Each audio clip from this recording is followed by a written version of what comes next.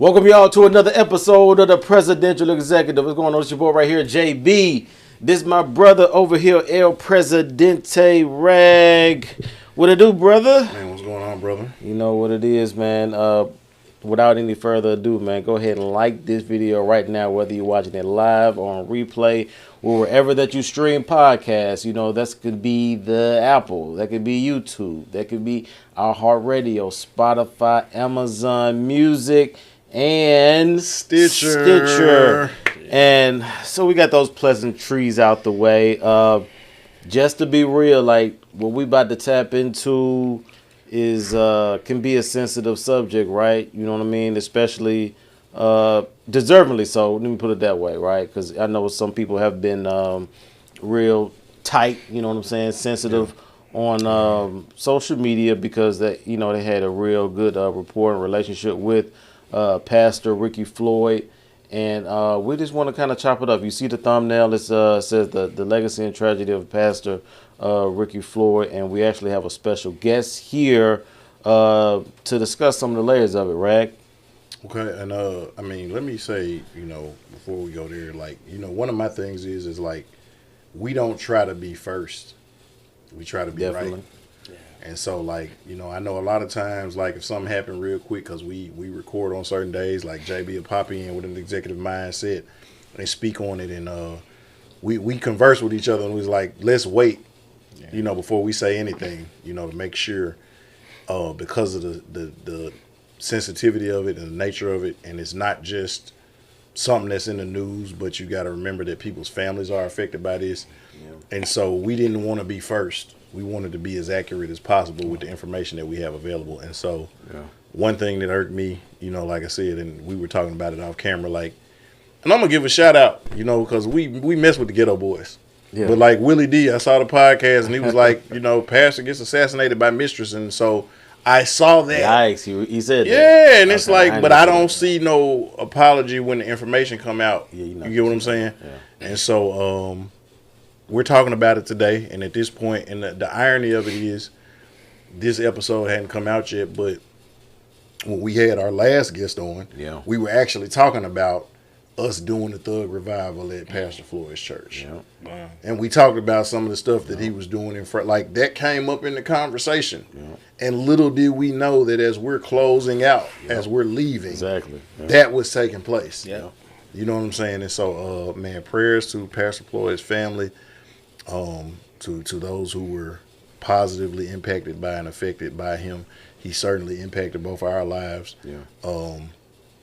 And so, without further ado, we have a guest. He was a former co-worker of mine. We braved the education system, Yes, sir.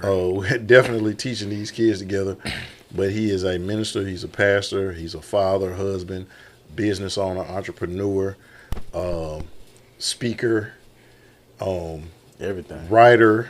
You know what I'm saying? Yeah. One of the most well-spoken and thoughtful individuals that I know. Like when he says something, it doesn't just he thinks before he talks, but certainly when he speaks, he's like E.F. Hutton. You know what I'm saying? Like when he speaks, you gonna listen because he gonna say something that if you don't, you might not agree with everything, but it's gonna be something that you be like, you know what, he got a good point. Yeah. Man, the one and only, my brother, my friend, and hopefully friend of the show, Pastor Neko, Sharkey. Yes, sir. Appreciate it, man. Glad to be here, man. I appreciate you guys for having me. And I want to go ahead and say, you kind of touched on it, but I want to commend you guys for being patient, because in the industry that you're in, of course, podcasting, it is about media. It is about getting people to come to your site and become, hey, I understand, what you're trying to do, that you're trying to get a message out there. You also trying to get likes and you're trying to get subscribers and all of that. And so we know how the game is, that it is about first, though. Hearing you, I hear you say, "Hey, man, we want to try to be first." Other podcasts are saying, "Well, you're not trying to make no money. You're not trying to grow." Yeah. And so, that's real. I want to commend you for even having that approach and being in this industry, because that's totally opposite of what you're probably taught to do. Mm-hmm. Now, of course, there is those who are operating in a fashion to say, look, we don't just want to be first, but we also want to be accurate. You know what I'm saying? And there are some who we know out there that they don't care about accuracy. Right. They only care about being first. Right, because you're going to get clicks anyway, regardless. Absolutely. And so that's pretty much what a lot of people that mood algorithm. Yeah, dude. Let me say, that's what I think I'm seeing happen more than anything. I don't think people really care about being accurate anymore. And let's say that's always talking about to the big boys media. Yeah. You know what I'm saying? I don't think they care about accuracy. If you walk into those back rooms, they all claim to be accurate. Yeah.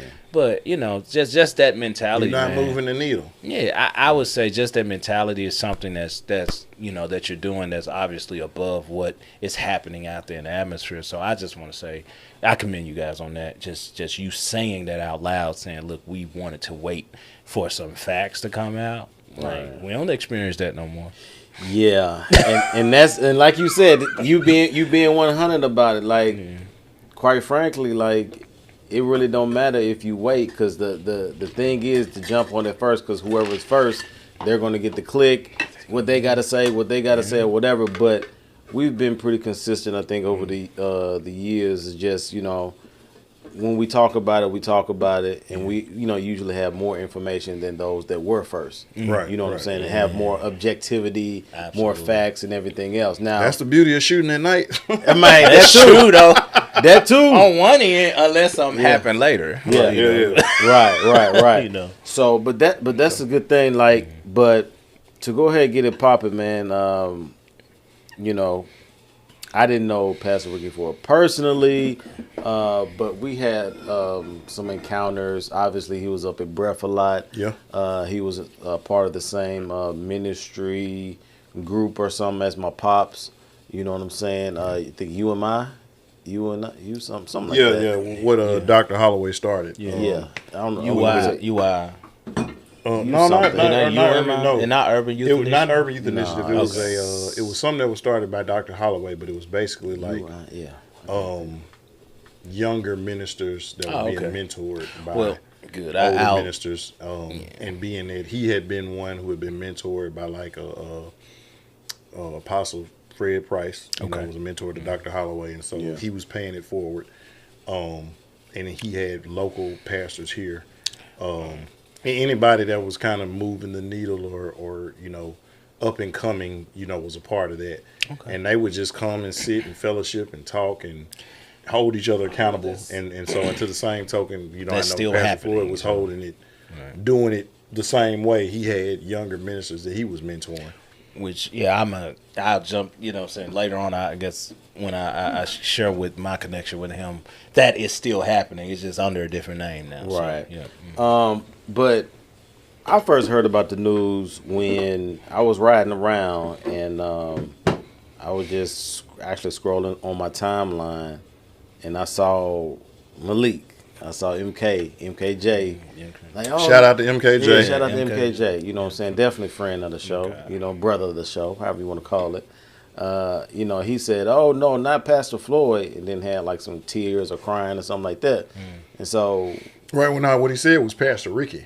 Pastor Ricky, okay. Because that's why, if you remember, I told you when I commented on him, I'm like, "Who you talking about? Ricky? Who you talking about?" Yeah. Because there's only one Pastor Ricky that I knew. Right. Go ahead, like I jumped you. No. But then, I looked, and so we in a group chat with me and C. Micah and him, and he actually posted stuff in there, so I didn't know what he talking about.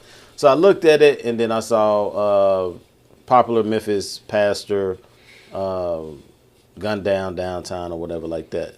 And so without going into the story again, because I'm driving, I'm just reading ahead. I'm like, golly, this, was it, caught in the crossfire, another tragic situation that just happened, stuff went wrong, maybe got robbed, stick up or whatever. And then when I clicked the story and just saw what was present at the time, right, was like, honestly, and I talked to Rag about this, and I want to say this as respectfully as possible. Obviously we wanted Pastor Ricky still here, regardless, right? So this is not to say either or, but I would say I would rather had it been that way, the way I first originally thought. You know what I'm saying? As far as it just being caught in the crossfire, you know, a random shot. You know what I'm saying? You know, because I remember it was a lady pastor, a year or two ago in Whitehaven got shot in her driveway. Right, yeah. No, you know what I'm saying? They were trying to rob her. You know what I'm saying? They were trying to rob her, stuff like that. To me, that's an open and shut case. You know, the legacy or whatever is nothing touched on that because it was a situation she couldn't avoid or whatever, right? And so reading the story about Pastor Ricky Floyd, it's just so many layers to it. And so when I read it, and it's just, you know, it was just looking to me like it was a avoidable situation. Yeah. You know what I'm saying? And so now thoughts gonna come in, it's like, man, what he doing out there at 1? Absolutely. You know, like this is just random human thoughts, right? Everybody was thinking, anybody that I talked to was thinking the same thing, right? Maybe they want to say that out there publicly. So we want to keep it 100 on here. Yeah. You know what I'm saying? Just, you know, what is he doing out there at 1? What is he doing downtown around 1? What are he doing in South Memphis around there 1, right? And so we do have some of the answers to those questions, you know what I mean? But just originally, like, I was hoping that, you know, I want to say hope, but I would rather it had been more so him just a random shot in the crossfire, maybe a stick-up kid or something like that, rather than the events that had happened, because this was a lengthy situation that happened, right? This just wasn't a 2-minute type situation. Right. Well, then, you know, when me and you talked on the phone, like, we kind of was going back and forth because there were certain things. And you was like, I was like, well, no, let's just wait a minute. Like, and you was like, Rag, I don't know now. I don't know, it don't bro. look. Yeah. And I will say, you know what I'm saying? Like, how many times when we was at Breath, service ended, you know, 12:30, 1 o'clock. Yeah. We're still on the parking lot at 3. Chopping. Because we're engaged, and we talked about this, how this show happened. Yeah. It was birthed because after church, after we go to Dave and Buster's or something, and we leave at 9, it's 11, and we're still in the parking lot. Yeah. But we're talking about what's going on in sports or in the media. And I would always joke and be like, I said, man, all this good conversation just got lost up in the ether. Like, somebody should have been recording. Right. And so, like, it's easy. We can look at the time and be like, what was he doing out there at that time? That was the time that it went to where the point of no return. Yeah. And I was always like, how do we know that that's what time he got there?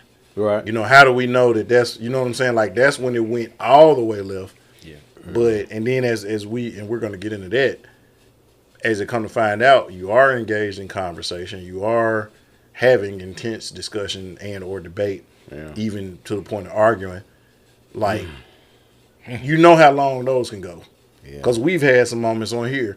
We was intending to go for an hour, and like we 2.5 hours in, and we still both going back and forth on our points. But it's like but it's like we got a relationship, right? Right. We deep, and like I said, it's so many layers to the whole thing, and so it's just like, because we gonna get into the whole narrative where everybody was talking about who everybody thought she was.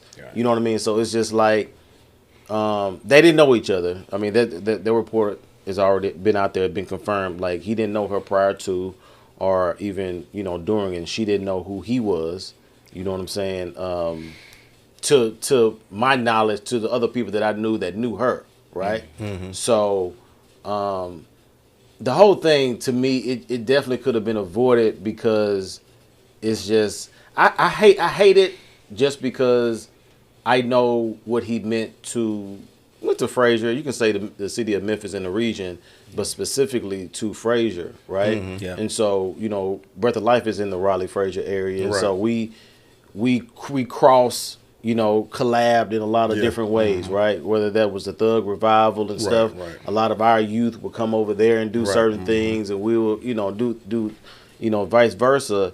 And so now, obviously, his legacy could never be tarnished, right? Mm-hmm. His legacy could never be tarnished, but then there's always that perception is reality type stuff, right? That we don't like to talk about. Like, yes, he did this, but then also, like I was saying, what are you doing out there at 1 a.m? Why are you there by yourself? You know what I'm saying? Why are you arguing with somebody that you don't know like that? You know what I'm saying? Have a, you know, necessarily relationship. But we can talk about this. So what you think about this, Neko? What's up, man? Let's get into it. Yeah, I'm just listening to you, and like I say, I have to admit that I think if we're honest, right, all of us, what I hear you saying is that while we, it sounds bad coming out loud, right? Yeah. That we have, as tragic as this story is, let's acknowledge that there is as many as the layers that we got to get uncovered. At the end of the day, this is just a tragic story, right? Sure. Yeah. It's a tragic happening. Especially, as if it would be good in any city, but Lord knows we didn't need it to have it in Memphis, right? As much as the Memphis resume is already battling with perception. And oh my God, here we go again. Just another stain on Memphis, right? And so, of course, we all, if we admit it, we all wish that the story could have been a little different. Not that we're wishing. God knows we don't want to hope and wish. We're not wishing for anyone to have this story, right? I feel for there's tragedy on both sides of the table, right? We're discussing one half of it is that our respect for Pastor Floyd and his, there's tragedy on the side of his family. Right. There is a church family, a congregation that's involved. There's a city and a neighborhood that's involved that's lost a champion. Yeah. You're talking about Frazier. They have multiple champions, but we know we don't need just him. We need others as well. But he was a very big piece of really his whole vision was about reinvigorating and bringing back that community.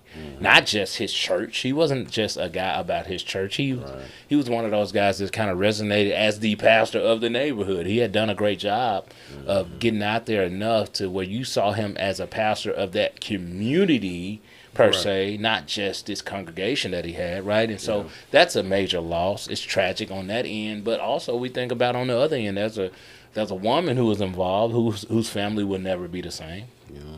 The decision that she made is going to affect her family.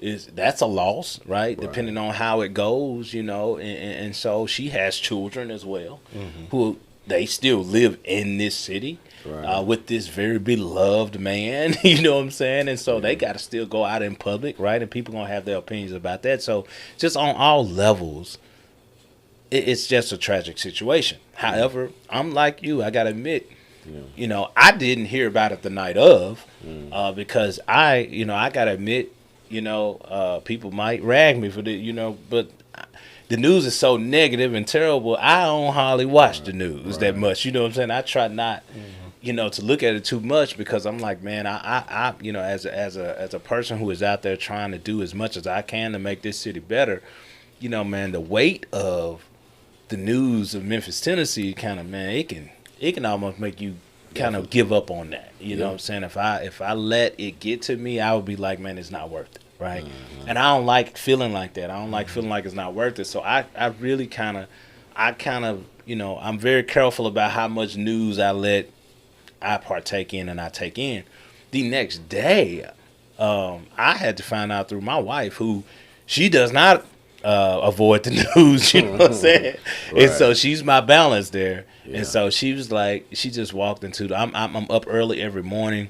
I get up 3:30, do my prayer time and things of that nature. And so about 5 o'clock, I'm working. You know what I'm saying? Most people, I'm almost like I forgot, I don't know if it's the Army or Navy, had that commercial like, when you all get off work, we're up working. So by the time you get up, we done. Like by 12, I'm like, I'm winding down my work. Your day, you know what I'm saying? Everybody else, they in the mix of it. Which explains why you didn't answer the phone when I called. When I here we go. So just so y'all know, I done delivered his mail to his house before, and I'm like, I'm looking at the name. I'm like, and I called him, no answer.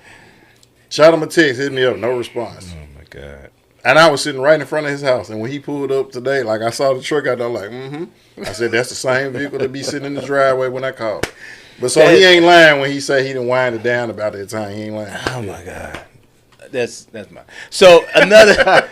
So yes, that's the truth. So now So I'm at that time she comes in. She sees it. I guess she checks her phone. She wakes up. She comes out the bedroom and she's like, "Babe, She knows that I know Pastor Ricky personally. Right. And she's like, you okay? She says to me, are you okay? I'm like, I'm like, what you know, I think she's just being, checking on you. Yeah. Like, did you have a bad dream, babe? What's going on? You know what I'm saying? And she's like, are you Pastor Ricky? And I'm like, what you talking about? Yeah. I have no clue what she's talking about. And so she was like, you need to, have you been on Facebook? I was like, no, I ain't been on Facebook. I don't get on Facebook to, I get into myself. Like, if I get on there, I'm locked it, I'm going to be on there. Yeah. But she said, you need to check Facebook. That's all she said. And she walked back in the bedroom. It was all over. It was everywhere about it. I'm totally out of loop. Yeah.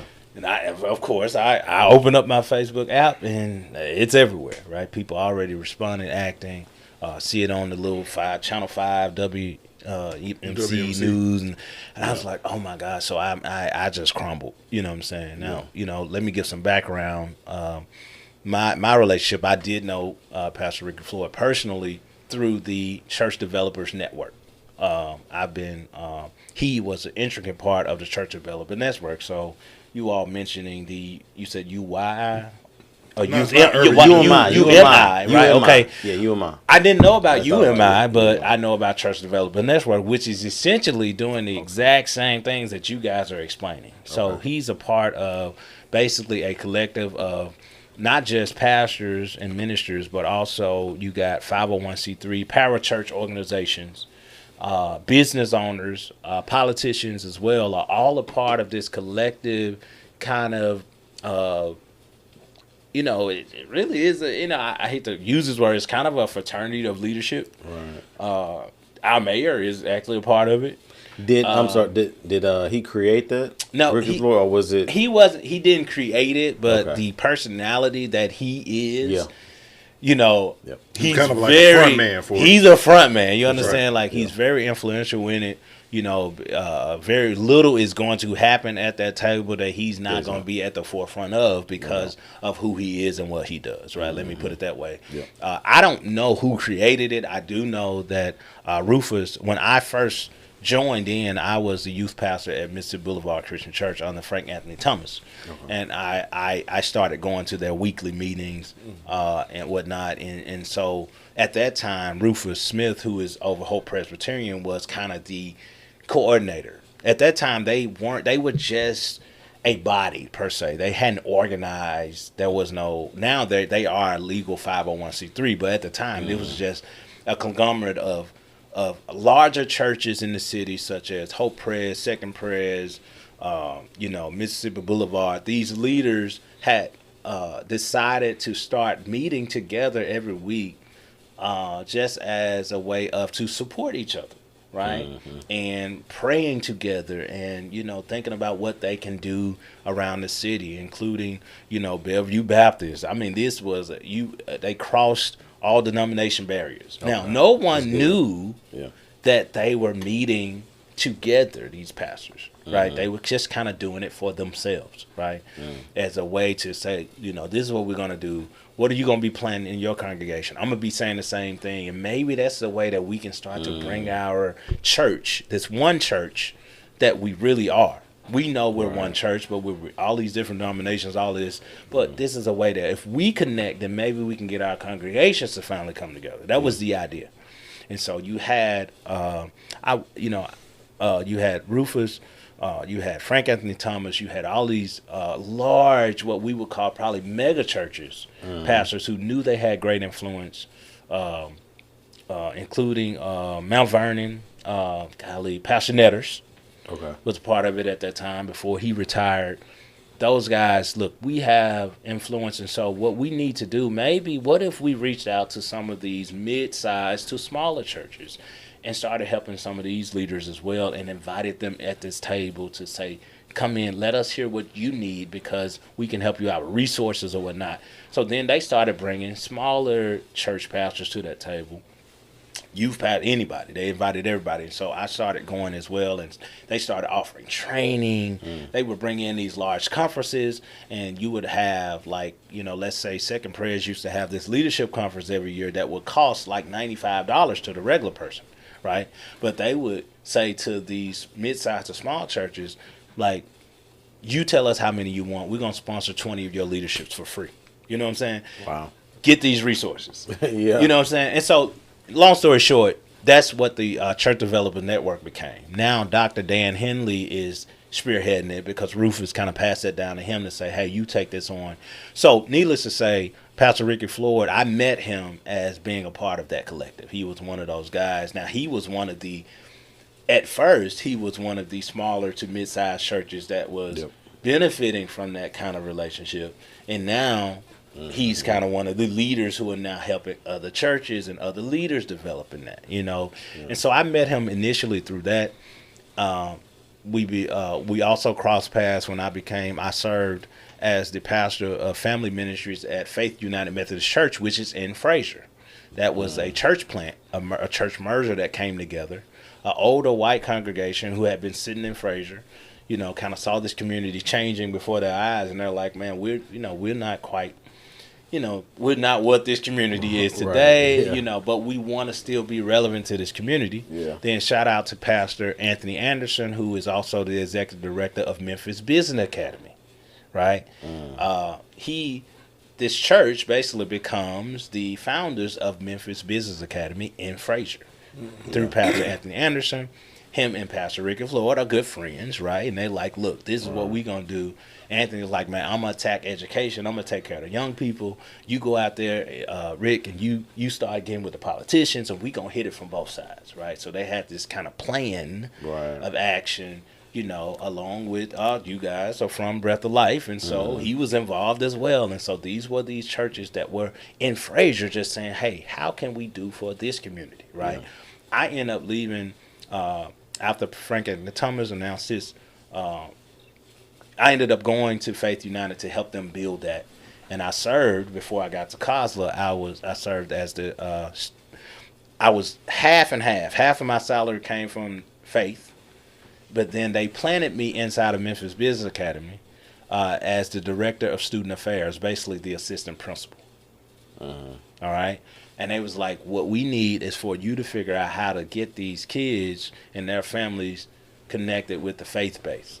So I came up with an after-school program that would hold these kids until 5 o'clock, and after 5 o'clock we can talk Bible with them, you know what I'm saying, and avoid, you know what I'm saying, the state, you know, stuff, Title V and stuff like that. So we had an after-school program, 5 o'clock hit, we go from, you know, that to talking Bible. Well, Pastor Ricky Floyd heard about what we were doing. Some of those students who were coming to the after-school program were actually members of his church, and so he would come over on Thursday nights to check it out and make sure that, hey, I'm gonna just be real, like he wanted to make sure that what we was teaching was stuff that he was teaching, you know what I'm saying, you know, and so he would, you know, encourage us and stuff. So that's my relationship with him.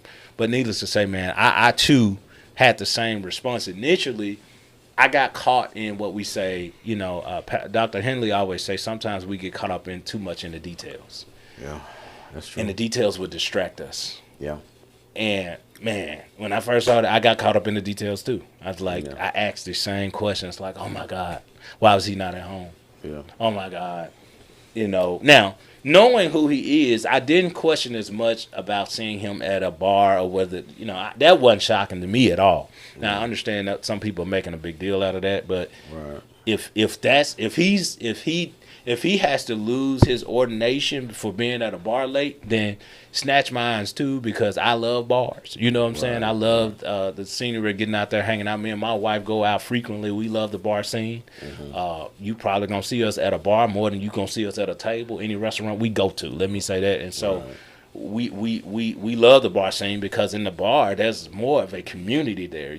When you hang out in the bar, I don't know if y'all do that, but I'm saying people talk to each other. You go to those tables, it's more like the garage atmosphere. I did a whole sermon on this before, is that, you know, it's sort of like the neighborhood where we used to know everybody in the neighborhood. You used to know everybody on the street. You knew who everybody's mama was. That's the bar area. That's still the case in the bar area.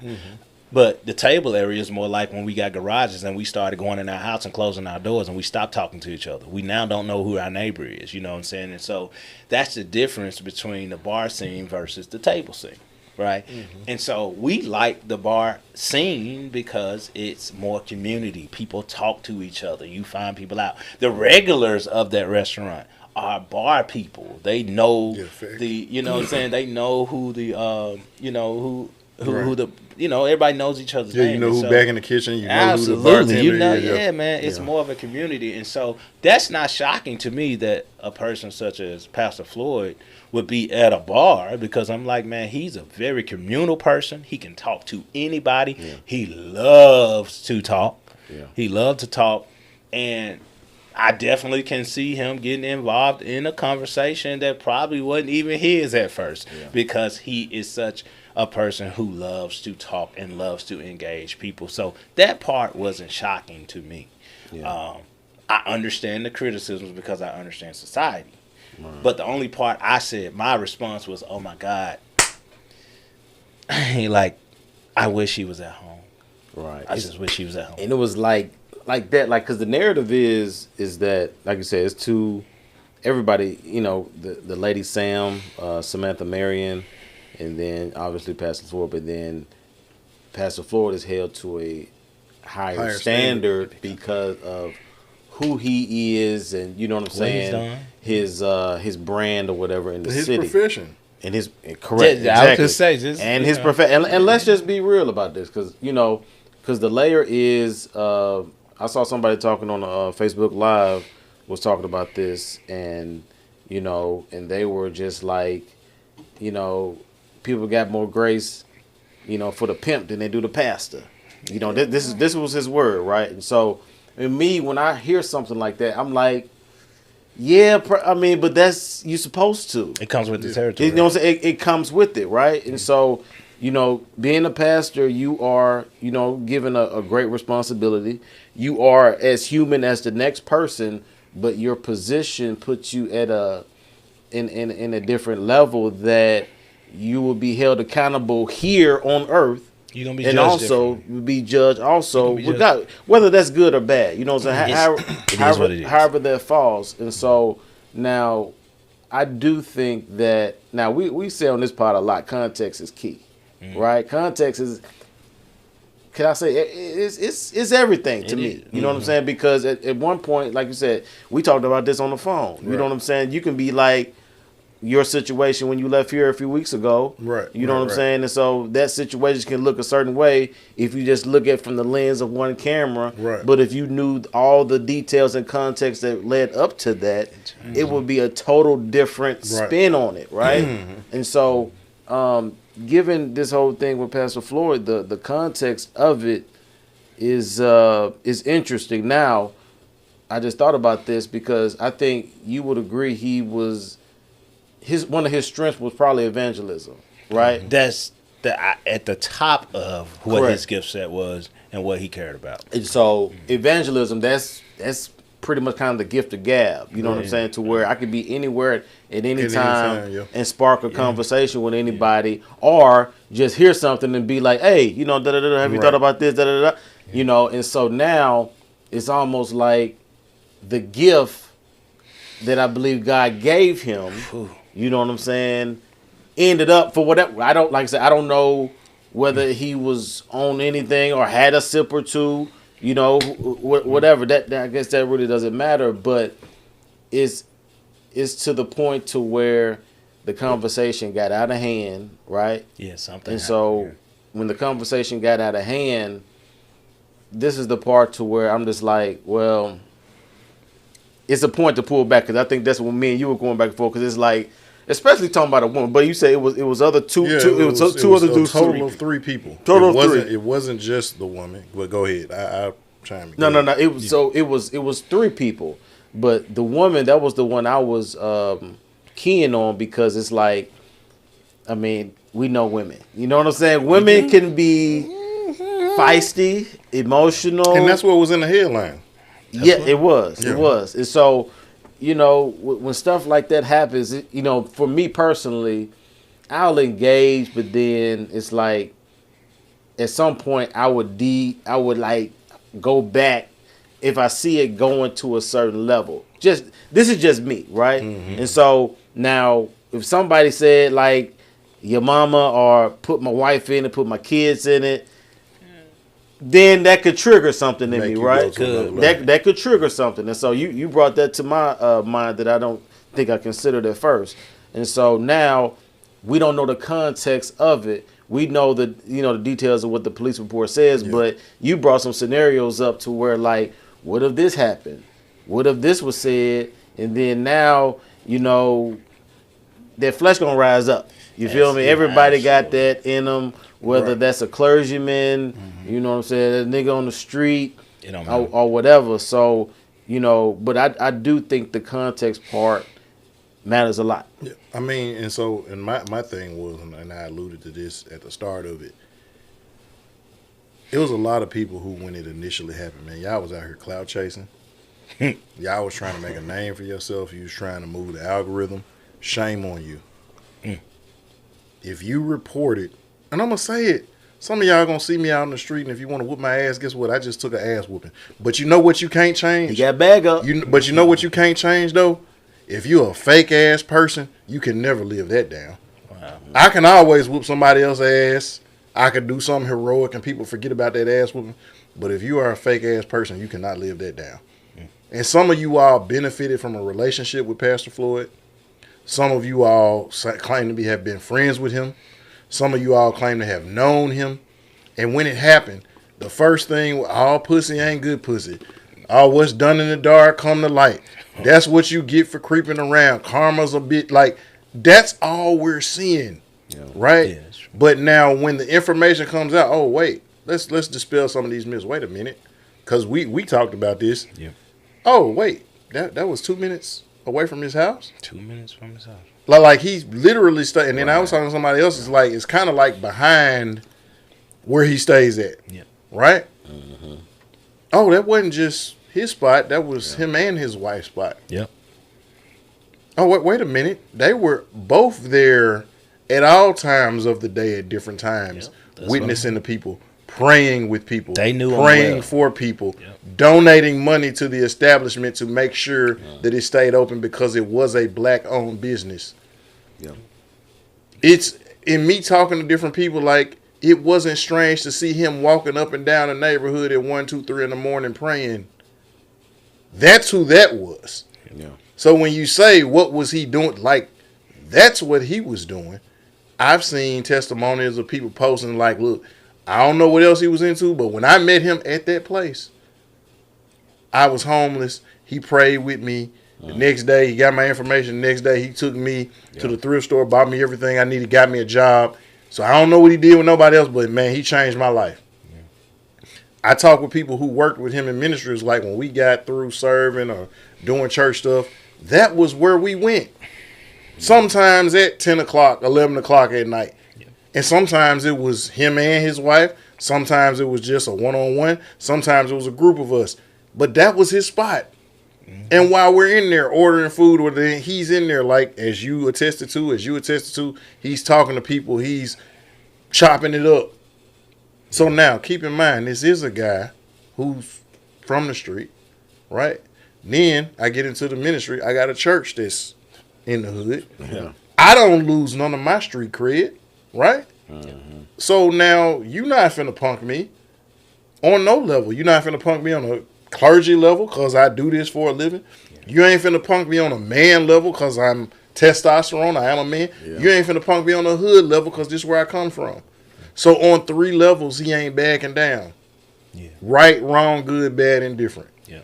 But you dealing with somebody, and from the people that knew him that I've communicated with, he did not have a problem checking you whether he knew you or he didn't know you. Yeah. Is that a good thing or a bad thing? That's not for me to say. Yeah. But he did not have a problem if he saw something, if he saw an issue, he would step to it, he would check it, and 99% of the time, it didn't end bad. Okay? But like, again, and I say this again, for those of you all who made posts talking about mistresses, talking about what's done in the dark is coming to light, and again, I don't know every skeleton he had in his closet. Yeah. But in this situation, that's all we talking about. Because that's what y'all posted about. Y'all didn't post at the casino. Y'all didn't post at the Shake Joint. Y'all didn't post at seeing him in the dope spot. Y'all posted about this situation. And so for this situation, you were dead wrong. Period. And so for the same way that you made the accusation, in the same way that you defamed this man's name, in the same way that you caused more trauma to his family, to his daughters, to his wife, to his grandchildren, to his congregation members, to everybody who he impacted, in the same way, come back and say, hey, you know what? We got some more information. Because the news said it. They did. The news said he didn't know the person. They did. The news said that it wasn't just one person that he was going back and forth with. It was actually 3 people he was going back and forth with. Yeah. Right? Yeah. Two other dudes, right? No, it was a guy and a young lady. It was the woman who shot him and another woman and a man. Yeah, 2 women and a guy. So it was 2 women and a man. Okay. But like the initial narrative. So now again, I'm not here to say what he was doing in his marriage or not in his marriage. Yeah. I don't know.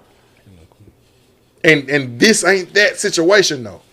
Yeah. And so for everybody who said that, shame on you. And at some time within the next week, you need to make a retraction. Some of you took money from this man. Yeah. You benefited from his business. You benefited from his relationship.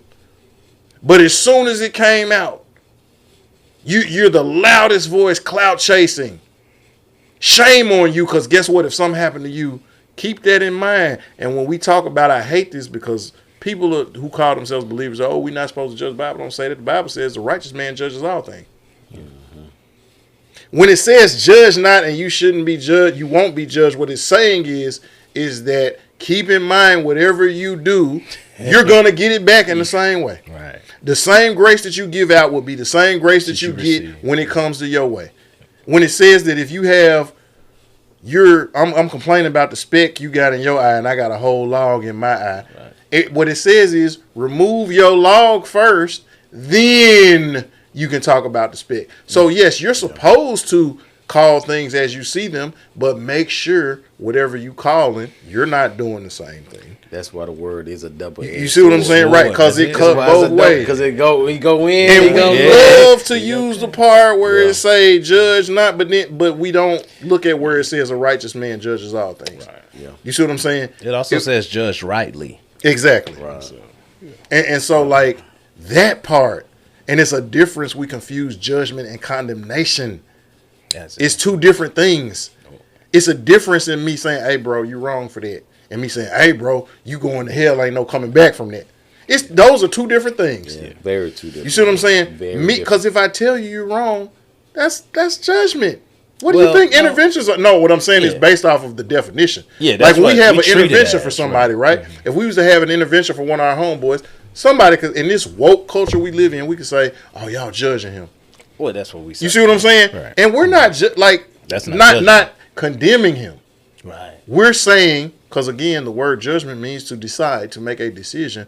What we're saying to you is right. The way you're going, it's not looking good, and we care about you. That's the truth. And we want you to do better. Now, if we tell you you ain't never coming back from this and you going to hell and ain't nobody going to forgive you, that's totally different. Absolutely. That's condemnation. Shame. And we're not supposed to be condemning people, but we are supposed to be upholding the standard. We are supposed to be upholding accountability. We are supposed to be saying, hey, it's a better way that you can do it. And if you're willing to receive it, we can help. We're going to walk with you through that. Yeah. Okay? But again, a lot of people was coming with the negativity and wasn't, and you made it. And this is what stood out to me about you, and I told JB this, but like I saw something you posted and it was like, it's 2 families that are affected by this. Yeah. How many of y'all have reached out to the family? And so for those of us who don't know Sister Floyd or any of his children, that's fine. You might be out of bounds in their inbox, and they probably getting the needy and the greedy in the inbox. But it's people who I was speaking to people who didn't know. Right. But it's people. I was speaking to people I knew who sat at their table. Yeah, they knew him. Who was at their congregation. Yeah. Who would go up? Who felt comfortable? Hey, Pastor Floyd, can y'all pray with me? He did y'all's wedding. Mm-hmm. He dedicated y'all's baby. You see what I'm saying? And then y'all, but then y'all are doing this. You see what I'm saying? But then y'all the main people talking about, oh, what's done in the dark come to light, but ain't nobody called Sister Floyd or his daughters. Mm-hmm. And I know you shouldn't say something. No, I was just saying, I think a lot of that for what you're saying, quite frankly, probably over 90% of it, I think those people got like church hurt. And so they want to blame, they want to point to You gonna project that on him. You know what I'm saying? To where like, well, that's why I don't do this. Well, that's why I don't go to church. That's why I don't give to no man of God. That's why I don't do none of this. And so now it's more so validation saying like, oh, see, yeah, he did give me money, but he just as crooked as these other people that I'm hearing on the news, that I'm hearing, like, we talk about the Daystar stuff. You know what I'm saying? Like, a lot of stuff has been going around about the church these last 2 years specifically, right? And so now they want to throw him into that pile without, like you said, because like you said, Memphis, bro, and I'm pretty sure this hit national news with it did. You know what I'm saying? You know what I'm saying? And so now Memphis is only on the national news with stuff like this. Yeah, with stuff not when we anything have good. charity, when we have good 5K race to raise money for little Juju and them or whatever like that. Jude or whatever. Yeah, we don't hear nothing. But when it comes to stuff like this, when it comes to the Ja Morant stuff, and then they did a spin about the Memphis thing, you know, with that, they spent that whole thing around, and so it's unfortunate. But then it's also when people talk like that, I look at it as like it's some insecurities going on with them, and they're trying to justify like their feelings about whether that's the church, whether there's people that go to church, whether there's people that preach the word and all this stuff, Absolutely, right? yeah. And so when people say stuff like that for people that he did give money to, I actually, Big Rod, I was talking to him couple days ago, and he had a dude in the back of his ride, and that he a youth that knew Pastor Ricky Floyd. He was like 15, 16 years old. He was in maybe the development program and stuff like that. Wow. And I asked him, he had him on speakerphone. I said, so how did he impact your life? So he just went on like, he was a good dude. He gave me this. I don't know if he gave him some furniture, some money and stuff like that. And so his impact is real. But the people that was the recipient of those gifts that he gave and had something negative to say, I think those people pretty much trying to justify why they don't do or go, you know what I'm saying, to church, or in a place to where they can, continue to progress. Before, though, dude, like all of us have been to McDonald's before, and if you've been to McDonald's more than 5 times, at some point in time they fucked your order up, right? I mean, I went, you know what I'm saying? Like, one of my guilty pleasures at McDonald's, I'm gonna get a 20-piece McNugget, and I need 4 sauces. Yes, sir. Now, granted, I'm gonna get in whatever 2 I get, I'm gonna get 2 of each sauce. So I get in it, and I'm like, I'm missing the sauce. I got to go back in there and get my. Now, keep in mind that ain't stopped me from going to McDonald's.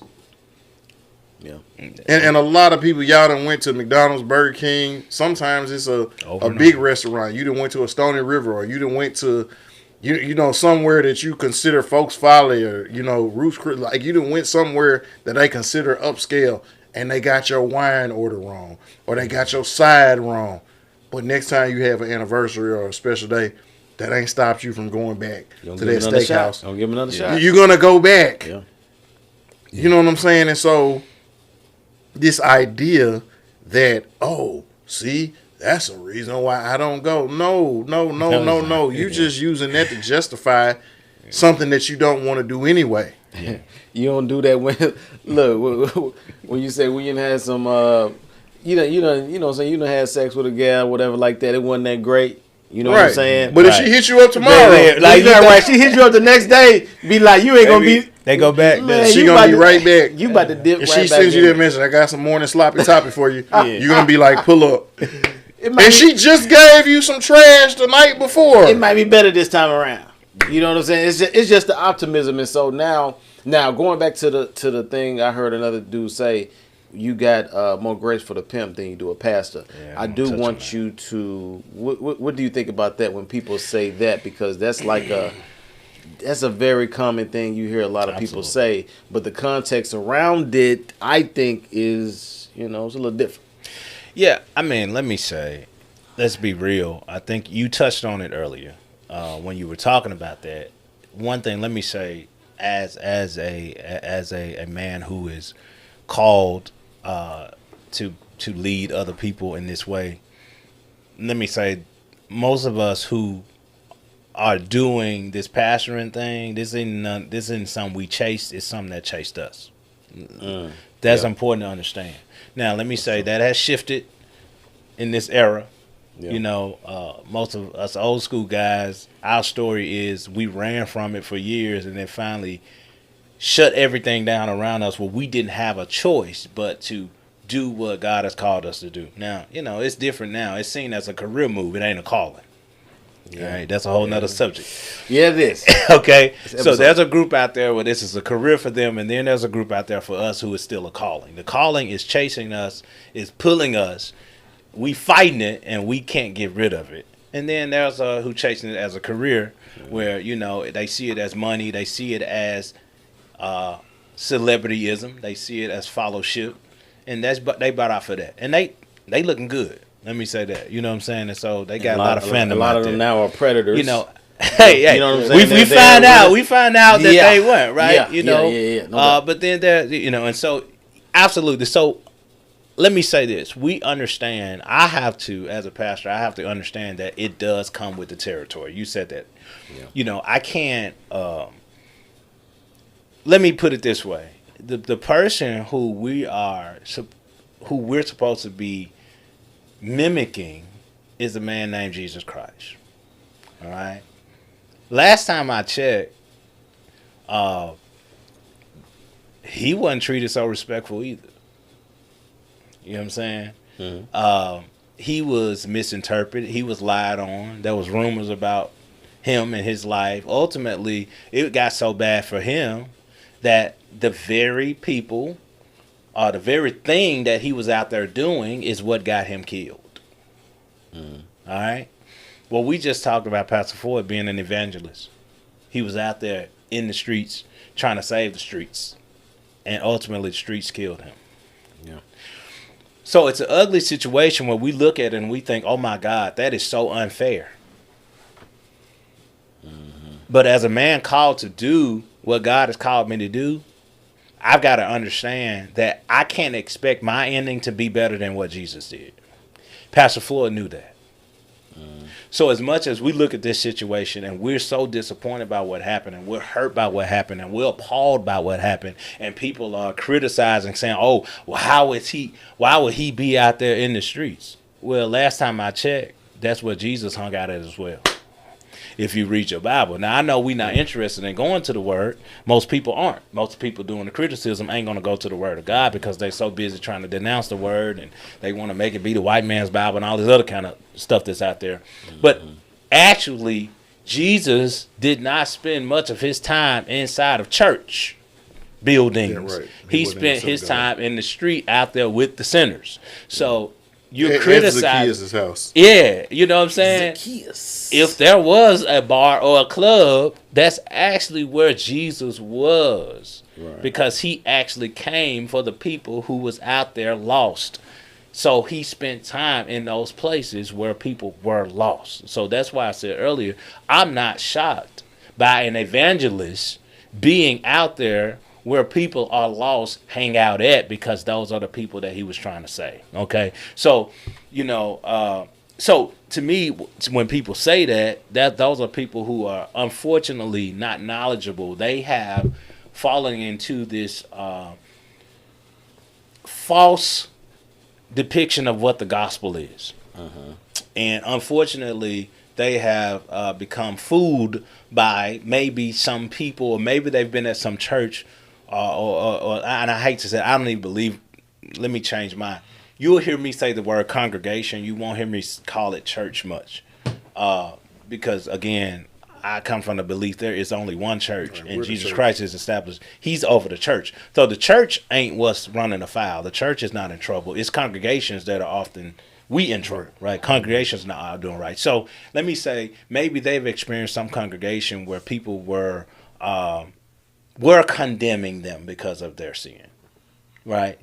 Maybe they have experienced some leader who did not ever want to admit that they had sin in their lives. Maybe they were raised by a mother or a father who, somehow didn't want to reveal that they weren't a perfect person, right? You know, a lot of our young people are involved in things now, being sexually active and doing all this kind of stuff. Yeah. And parents, unfortunately, some of us parents forget to tell them that, baby, you only like that because I was like that.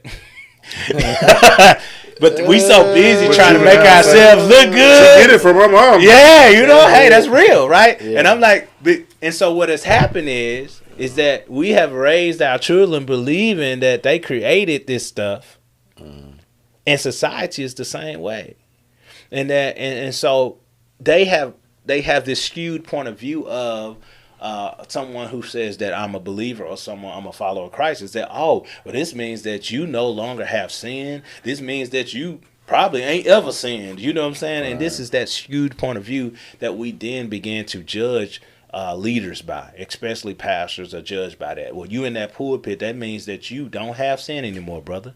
Well, that's not true.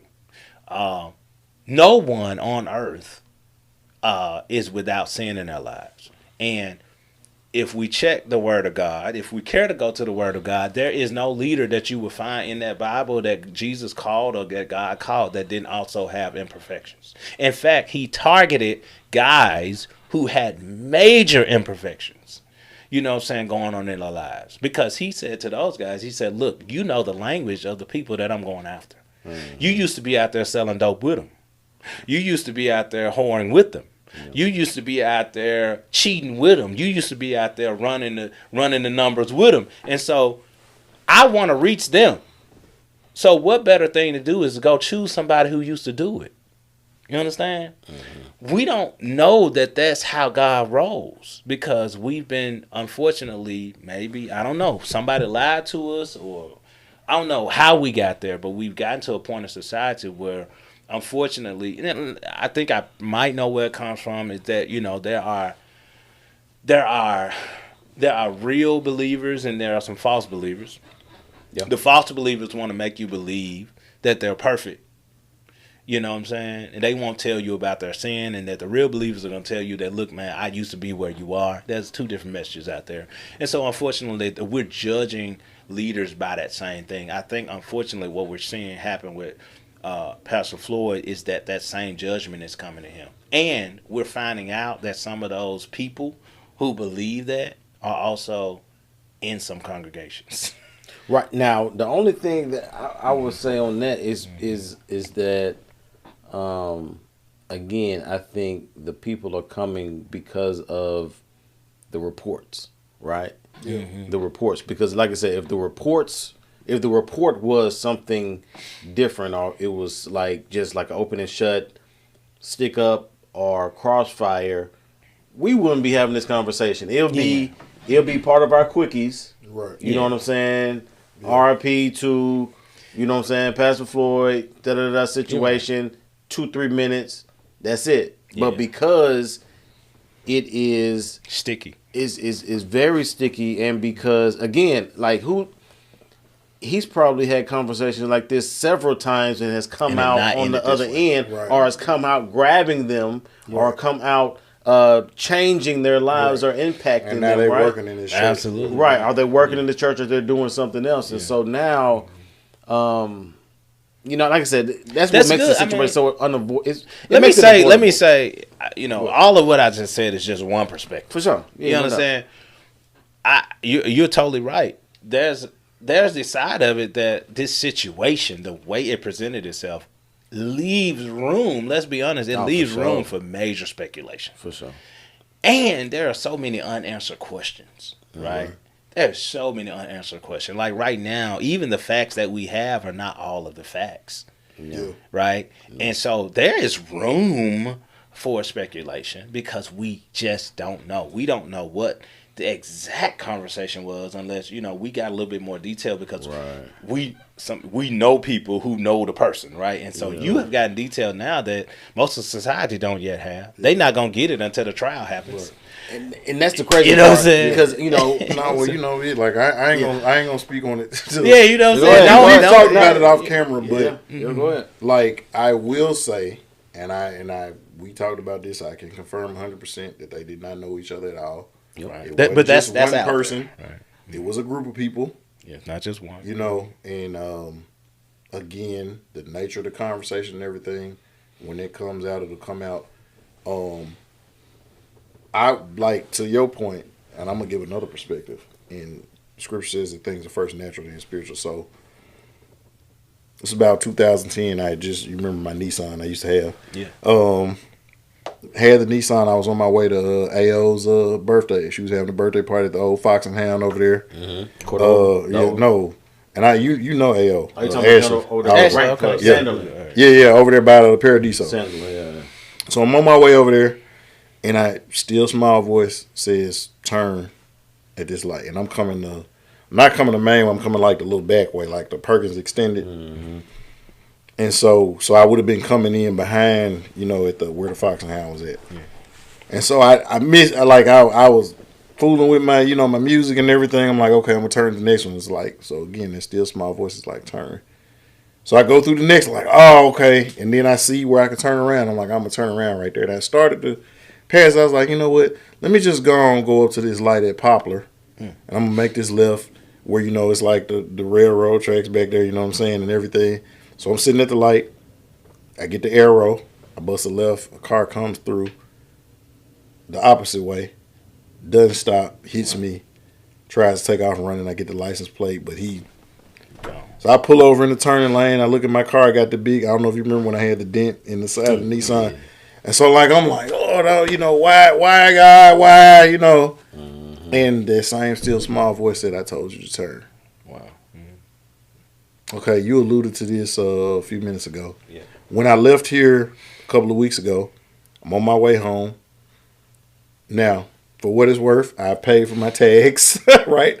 I'm just waiting for them to come in the mail. Yeah. But I'm leaving. So, again, I paid for my tags. I'm just waiting to get the sticker. I leave here. I'm on my way home. Voice says go this way. I go another way.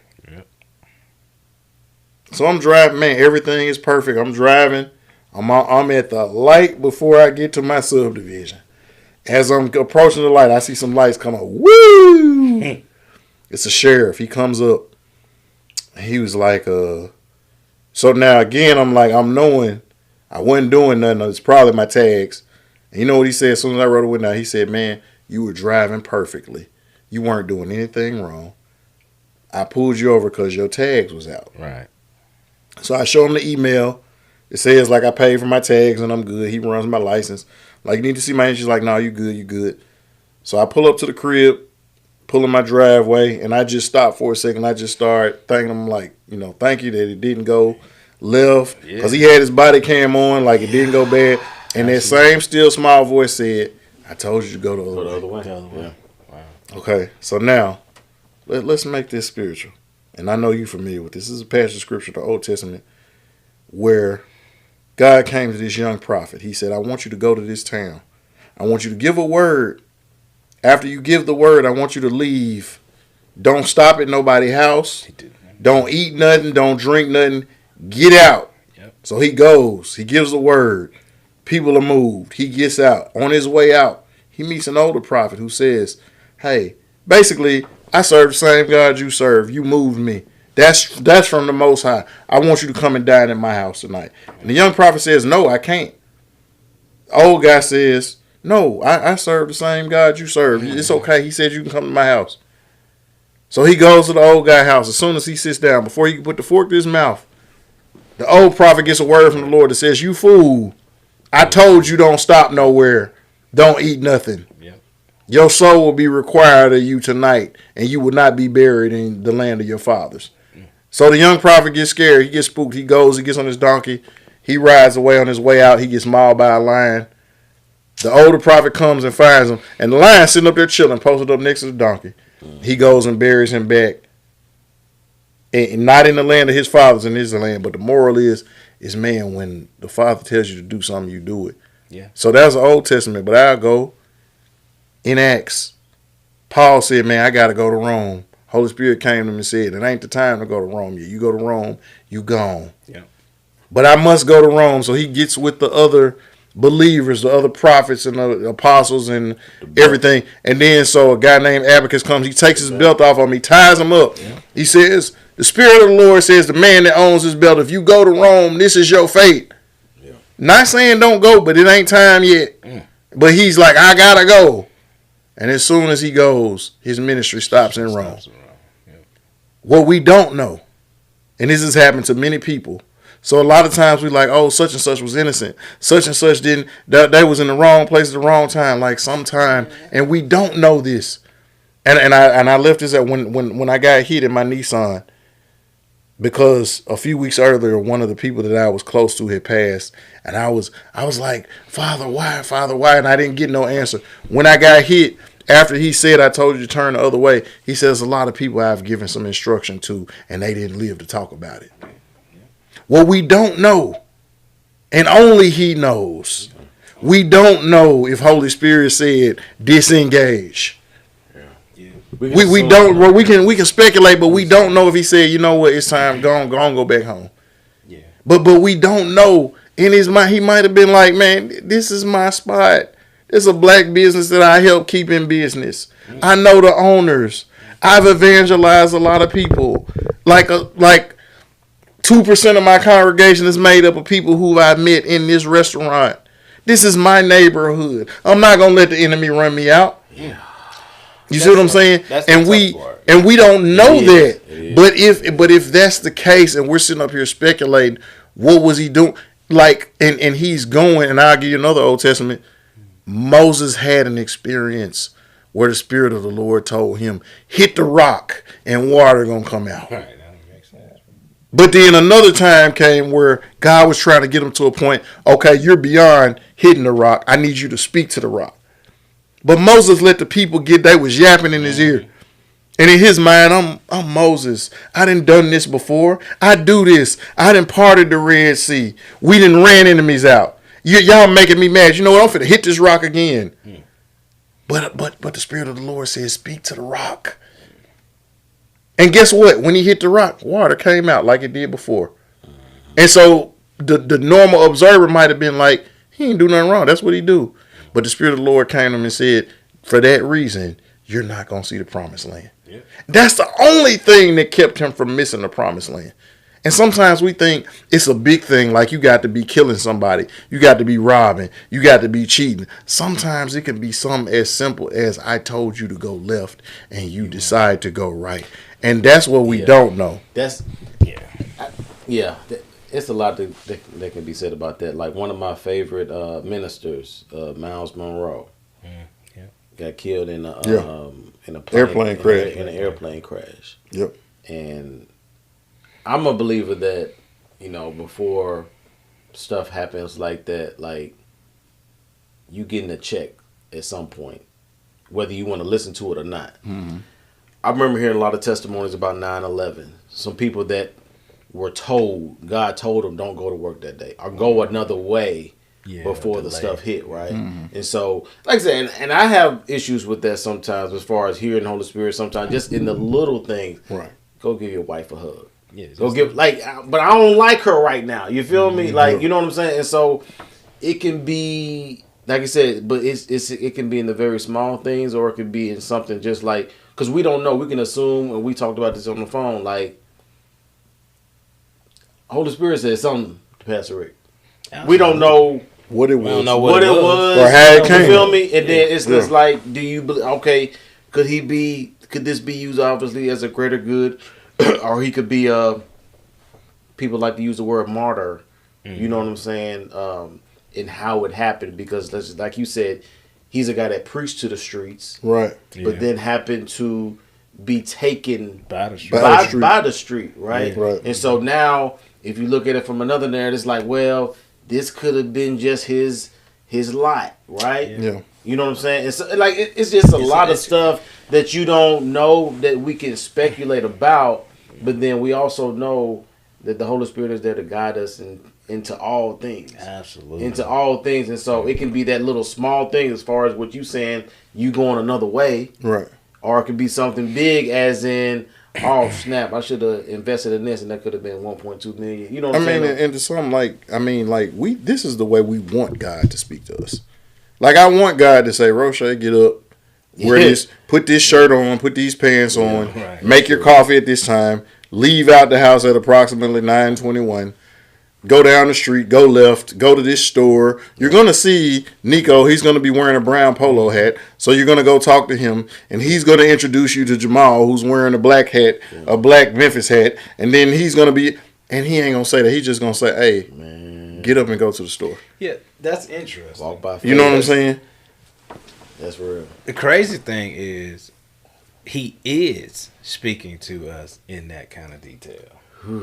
We're not listening in that kind of detail. You understand? Yeah. And so the crazy part is that, you know, we too busy giving other things credit for what the Holy Spirit is really doing. Right. Like, we say things like, and it's not criticism, but I'm just saying, like, we say stuff like, I heard a voice say, or something told me, or all these other. I felt. No, don't get twisted. When I said still small voice, I was talking about. I know what you're saying. Right, I'm just that's what I'm saying. No criticism, but I'm just saying. But generally, now the person who you see, you know the Lord. You know what I'm saying? Right. Something told me. Yeah, but I'm talking about the general person who doesn't even know God, told me. right? No, non-believers, they'll be like, something told me, or my intuition. I knew I should have. Karma. Yeah. We give credit. We got all kinds of names that we give credit to for the Holy Spirit. Now we know. Right. We know what it is, right? You know what I'm saying? Now even tonight, like, you know, some of y'all followers they gonna get mad at y'all. You know what I'm saying? They like, man, I believe in something told me. You talking about Holy Spirit, here you go with this spooky thing. But the truth of the matter is that, hey, it's for real. Like, whether you claim, whether you know God or not, it's really the Holy Spirit that told you that. That's what we know, right? And so absolutely we can look at this situation, because you mentioned it again earlier. You know, man, I gotta admit that, you know, I'm praying and everything, and I'm keeping my mouth closed. You know what I'm saying? Not trying to speak on things too soon. Only speaking to the, you know, what are the facts, you know. And I'm acknowledging there's room for speculation. I'm human, right? I have speculative thoughts. And then there is that truth that, you know, based on the details that we have so far, I hurt because you mentioned it feels like that this was an avoidable outcome. For sure. Now, again, that's me still speculating, because at the end of the day, I also have to preach a word that says that, you know, no man knows the man or the hour, right? And this is something that if God says it's my time to go, right, I don't get to decide how I lead. Right. Right? We say, I want to look at this and I want to say, man, if he wouldn't have been there, if when he drove out off the first time, he would have kept driving home, he would be alive. Well, guess what? That could be a lie too. Because if it was his time to go, then he could have been at home. He could have had a heart attack. Or to JB's point, it could have been a stray bullet. It could have been a stray bullet. Or he could have gotten his driveway and somebody could have robbed him too and still took his life. Or he could have been in the house and, God forbid, somebody could have came in the house and took him and his wife out. Like, if it was his time, the truth is, it was obviously, as tragic as it is, it was time for him to go. Now, that's the truth. Because if it wasn't time for him to go, then he'd still be here. We don't like how he left, but it was his time. Now, that's rough to take right now with a family who is sitting at home without their father, and a woman who is sitting at home without their husband, and a congregation who is without their pastor. That's tough to hear. It was his time because he left. I know that God controls everything, and nothing happens that God does not allow. Right. Now, I ain't saying he does it, because I don't believe God does evil. But based on the story of Job, I know he allows evil. For his glory. You understand? And that could be another piece, because this was over a decade ago. I was so intrigued about the story of Job. You know, Holy Spirit and God led me to, because I was wondering, like, why did you allow him to do that, right? And so, and even at my church right now, we're apostle talking about gateways, the gateways that we can leave open for the enemy to penetrate into our lives and stuff like that. And so the thing about Job was, I believe that it was fear. Chapter 3. Door. Yeah, what's that? The thing that I feared the most. Fear. So then when you go back and look at him all the sacrifice he was giving, because what does the scripture say? Whatever's not of faith is of sin. Yep. So when he was giving those sacrifices for his children, it wasn't done from a position of faith. Ah, It was done from a position of we fear. want to talk about that. You see what I'm saying? Feared it. I'm afraid that this is gonna happen. So he did extra. He Right. did extra Like I'm gonna try to cover it for y'all. Yeah. And and to your point though, I think that sometimes, and this is another uncomfortable part people don't want to talk about, I think sometimes we can make it our time. Absolutely, we play. You see what I'm saying? And going back to the Moses thing, like God had told him you're gonna see this. Absolutely. So why would he not? It wasn't because you wasn't supposed to see it. It's because prior to you doing that, you had been doing everything I had been telling you to do. And all throughout, if you look at the Pentateuch, all throughout that, it talks about I set before you life and death. He does. So basically, I'm giving you the option. If you go, and he'll tell you, if you go this way, this gonna happen. If you go this way, this gonna happen. Choose life. And it goes back to what I was saying earlier. Like sometimes we don't know. To your point, it might have been the time. To another point, it's like, okay, because think about it. If Moses knew he wasn't going to see the promised land, do you think he would have struck the rock? If David knew that the sword wasn't going to leave his house, absolutely not. Do you think he would have been sending out, man, who was that down there bathing? And keep in mind, now he should have been where his folks was at. Yeah. Because it said it's the time that kings was at war, and it said, and David was at the crib. But still, if he had known, man, this finna mess up all my kids, my grandkids, my great-grandkids, he'd have been like, you know what, don't even worry about it. Right, exactly. Yeah. But he didn't at the time. At the moment, he didn't know that. Yeah. At the moment, Moses didn't know if I hit this rock, I'm not going to see the promised land.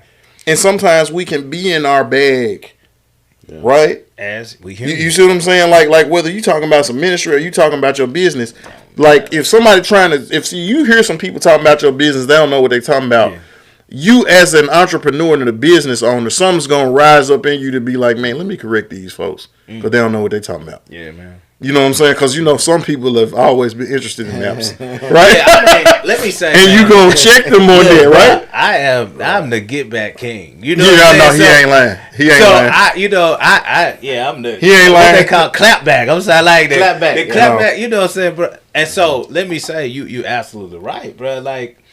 And knowing Pastor Floyd, like you mentioned, he wasn't no back down kind of cat. You know what I'm saying? He wasn't going to back down. As we say, he wasn't any debate, right? He was not no host. And like I say, but that does not mean that was not to say that he was violent. It's just that in a conversation piece, he wasn't backing down from no conversations. But right? again, that was. But you don't know the temperament of the person you having a conversation with. Correct. It's sort of like me being a verbal guy. I got the words. Yeah. You understand? But if I get to arguing with a cat who ain't got many words, you know what I'm saying? And his only response is his physicality. response is to grab a gun. You know what I'm saying? And I gotta realize the temperament of the people that I may dealing with. Yeah. They don't have the knowledge that I have, right? Yeah. You know what I'm saying? Like, man, I have the gift of gab. I can eat you up with words. Right. You know what I'm saying? But if you don't have many words, it's sort of like, people who go through domestic violence. They say, most of these, they talk to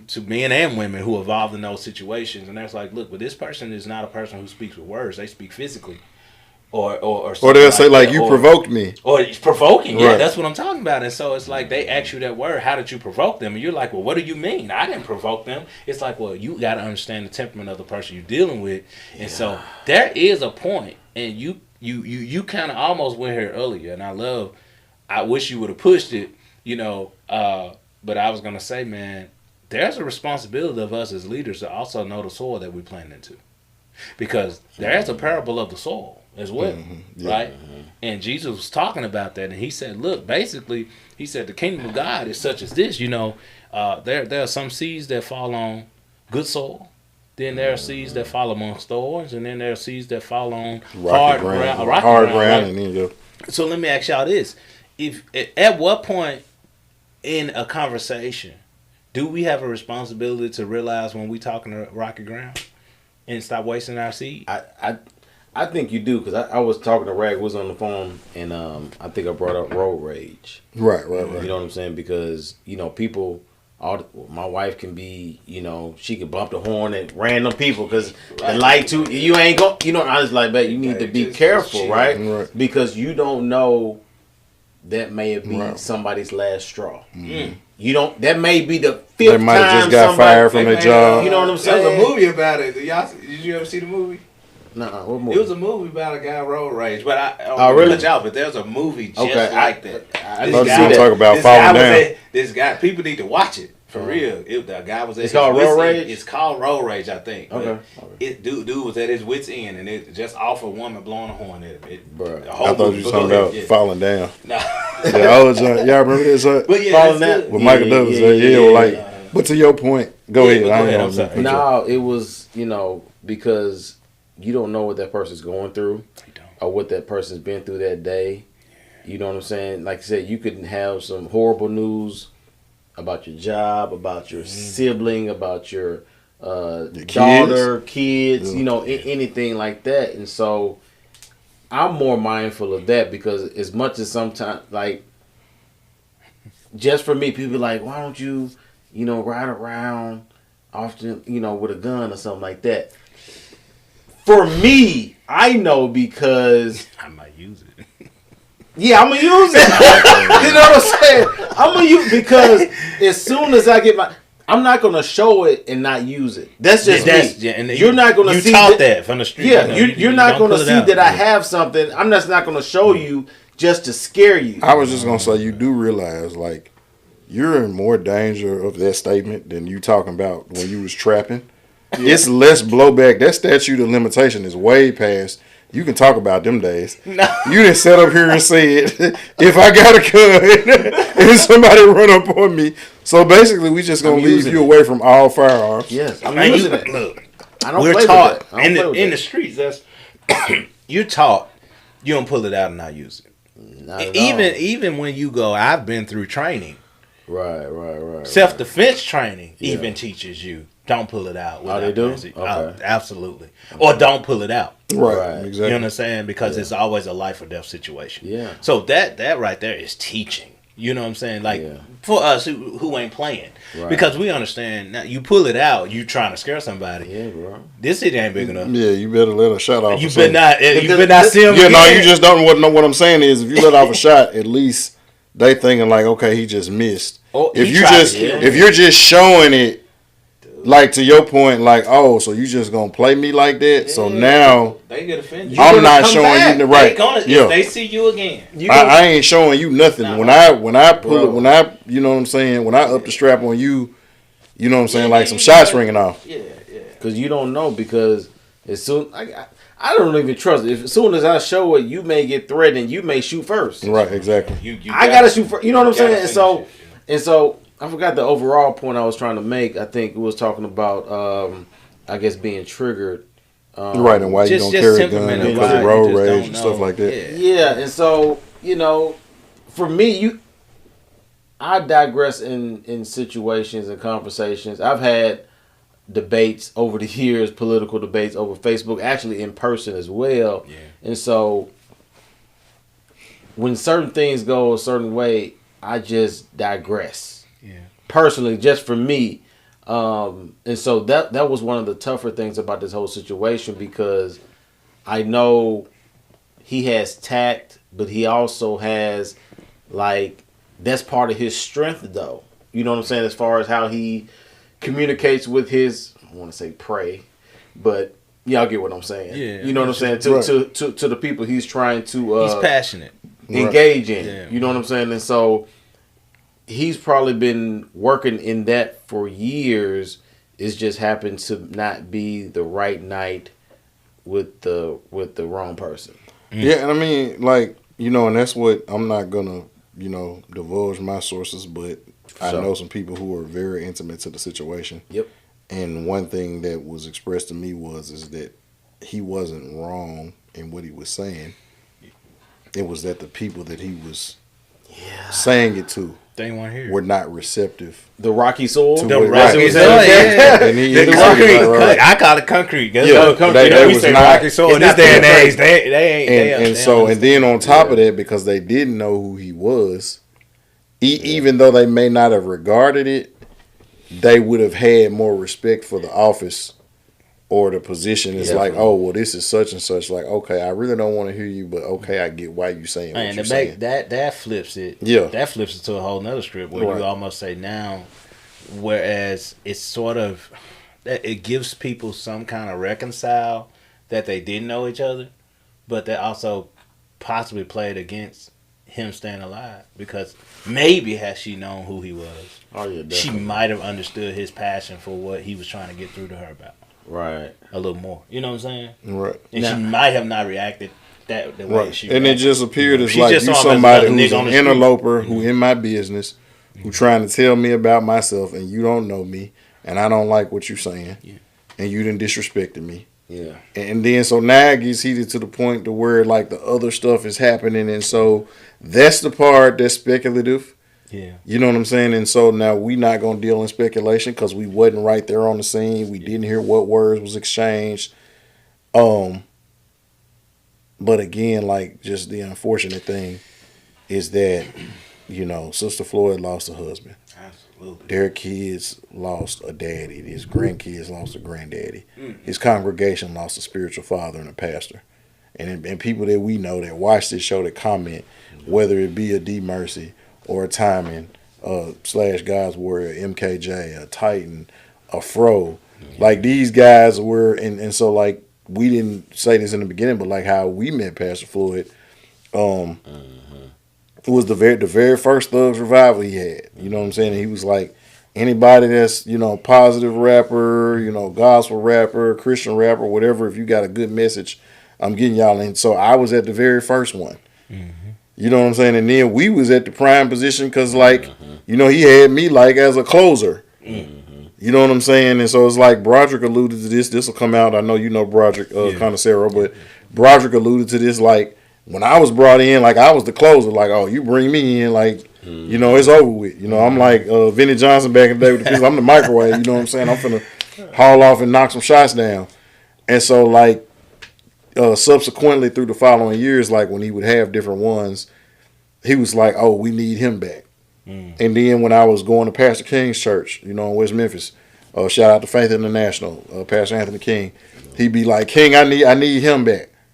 Oh, that's my guy with the bat. I need him back. Then when he found out who my dad was, like, hold up. Oh, that's your dad. Like, oh, you know, oh, you're a red. Like, oh, okay. And so when I tell you, many times I got the Pentecostal handshake. You know what I'm saying? Because he was like, man, I like what you're doing. I like your message. You know what I'm saying? But not only that, any merch we had, CDs, like, not only did he give me a Pentecostal handshake, but I got to sell some CDs and some merch too. So it was beneficial. And again, I didn't know him initially from Adam. Wow. Then come to find out, everybody who I rock with, from Pastor Mike Arnold to Pastor Anthony King to Broderick Conocero, you, like, all the people that I'm tight with that I know that's in that field, they don't just say this a co-laborer. Like, this my friend. Yeah. This somebody, oh no, we hold each other up. You know, he ain't perfect, but he genuine. Yeah, he real. And to go back to something Pastor Mouse taught me, I've said this before, I said it again, when you know somebody at heart, you're able to look past their faults. Yeah. You know what I'm saying? And I talked to somebody in the past week that, man, he tried to tell me a lot of faults. Yeah.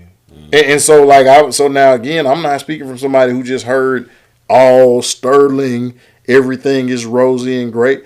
I heard from somebody that was like, the start of it was like, nah, we had words, we didn't see the eye to eye. It was best that we go our separate ways. But then the last thing was, he said, but I know he impacted a lot of people's lives. I know he was serious about what he was doing. And just because we didn't see eye to eye don't mean that he wasn't for real about what he was doing. Yeah, absolutely. That's, you know, good. What I'm saying? And so, man, I just, again, man, I just want to say thank you, first of all, to the Father for the gift that was Apostle Pastor Ricky Floyd. I am thankful that I got to benefit from his wisdom, from his life, from his outreach, from what he did to the North Memphis Fraser community. I'm thankful for the people that I've met who was impacted positively by him, because those could have been some of the same people robbing me, you know, or sticking me up, but at the same time, but now they praying for me and praying with me, you know, and they're out in the community doing what they doing. I want to say, you know, again, those of you all who say you knew him, and going back to the post you made, man, reach out to Sister Floyd. That's one. Reach out to his daughters and his son, his grandkids. Pray with them. Pray for them. Yeah. You know what I'm saying? If you know people that went to that congregation, like hold them up in prayer. If you were impacted, don't get mad. Don't go always know. If he did something, if he impacted you, use that as a rallying cry. Use that as a motivation. For the one life that was Pastor Apostle Floyd that was taken, go get 3 or 4 people. Question. Now, in all this, what we're talking about, is there a lesson to learn from these, the layers of the situation? Because at the end of the day, I was talking to a young lady today, you know, a wise person learns from what they see, not from what they experience. Meaning, like, my brothers. Right. I learned a lot from what not to do from my brothers. From the mistakes they made. You know what I'm saying? Even though I still made my mistakes, but a lot of it, you know, I was saved because of what I saw them do. And I was like, I don't want to do that, right? And so, given for this whole Pastor Ricky Floyd situation, or tragedy, is like, I think some of the lessons learned could be, I think for what you're saying, listen to that still small voice. Listen. And that's for all of us. Yeah. Listen to that still small voice. Know when to digress. Yeah. Right? Because again, what you said, that rocky soil, that cement. I know, man. That cement soil. Right. Or those thorns. You know what I'm saying? All the thorns. Yeah. Like, it's wasted seed at the end of the day. All the thorns. It's wasted seed. To where now we got to know that at the end of the day, it's not our job to get them saved. It's not our job to put them in a different place. It's our job to say what he's thus says the Lord, right? And let everything else be, right? And so, and like I said, we don't know. We're speculating on certain things, but I think certain things are safe to say, just because I'm not a believer that, just like you said, I think it was God's plan for Moses to see the promised land. We can see that in scripture as far as, you know what I'm saying? And so now we know that we can do certain things that can alter or hinder us into not, whether that can be just with food. We can go to the doctor, hey bro, you need to stay off that salt.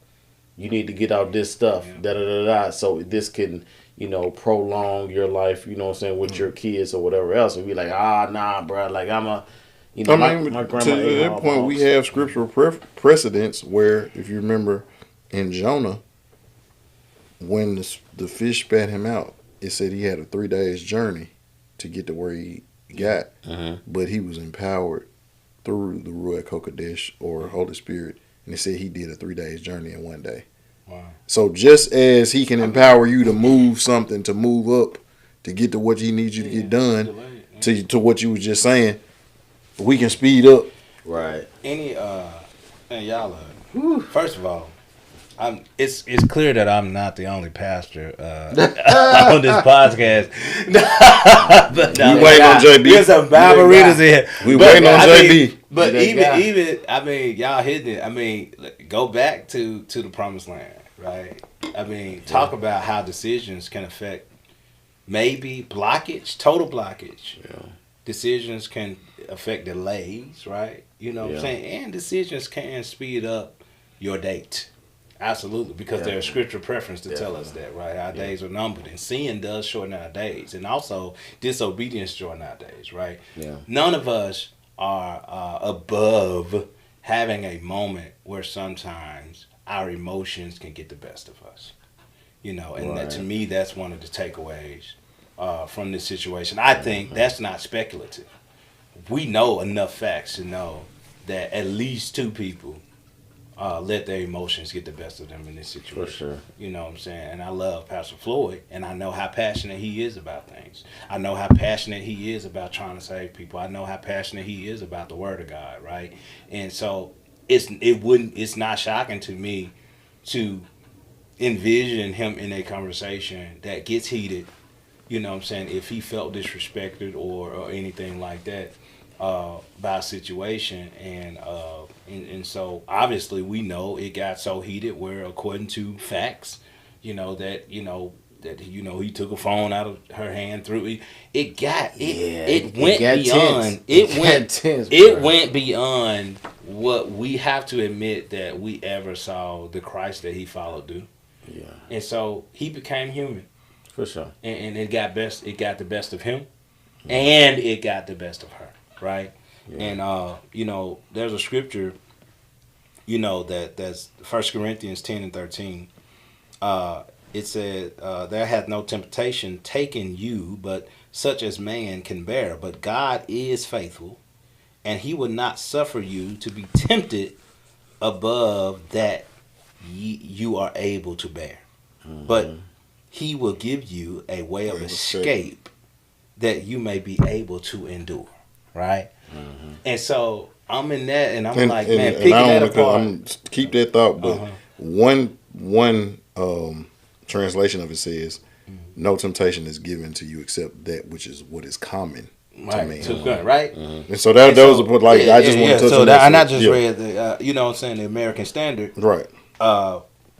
And so I look at that and I'm like, man, first he says that I will not. We always say this. That was one interpretation. God will never put more on me than I can bear. Well, actually, the better interpretation is that he will never put more on you than you can stand to bear. But I think an even better interpretation of it is that he would never put more on you than he can bear. Because there are certain things that he knows we're limited as. Yeah. We can't take certain things, and without him, he's the one who gives us the ability to be in certain atmospheres, right? Yeah. We have to know where our limitation is. Yeah. And we have to then make some decisions to get ourselves out of some trouble. And then we can't walk out of there saying, God got me into trouble. No, it was you, because there was some point that he gave you a way of escape. Right. He told you what your limitation was, and maybe we got caught up in the moment and didn't listen, or we didn't hear that voice. And so, man, what happens after then, there are repercussions for the decisions that we make. And when we look at Jesus, when we look at the life of the Messiah, it was a point of contention that got them really pissed off at him. If you remember when he went in the temple and he saw what they was doing. Yeah, and so keep in mind, it was premeditated. It got heated. Because he went out. It said he went and he didn't find it where he made it with. So he sat out there and he probably sitting out there braiding that joker up like your great grandma used to do when she got them 5 switches. And it said, so he said, I know these little no goods, nothing trading in my father. And it said he started flipping tables over and he drove. So he was like a cattle driver whipping people up out of there. He was angry at sin. You see what I'm saying? And so now I saw a diagram of what it looked like, the equivalent of the size of it, because it was like a marketplace. Mm-hmm. The equivalency of the size of it was like 3 football fields. Ooh. So now imagine him flipping over tables and you got people running 300 yards to get away from this. Like, this dude done lost his mind. But at the same time, those religious leaders, now we got to get rid of them. Yeah. We got to take them out. He messing with their money. And so to the same token, that's what it was. You can get right. You can get righteously indignant about something, and you should. But it doesn't mean, to what you were saying, that their human element doesn't make them be like, okay, now I got to take you out. You done insulted me in front of my people. Yeah. You done made me feel a type of way. You done crossed the line. You done disrespected me. I don't care who you are. Yeah. So now again, he's not looking at it, to your point. He's moving in his spiritual authority, but it don't mean that it's not going to be some natural ramifications for that, because we live in this way and we're subject to the natural things that take place in this world. But it's like we can also be like, there's a difference between cocky and confidence. And so you can have your confidence, right, and be in your God-given role. And but that's the thing, bro. Like you said, none of us is exempt, because we all one bad decision away. We are, man. From, you know what I'm saying, being in a totally different type of circumstance or situation.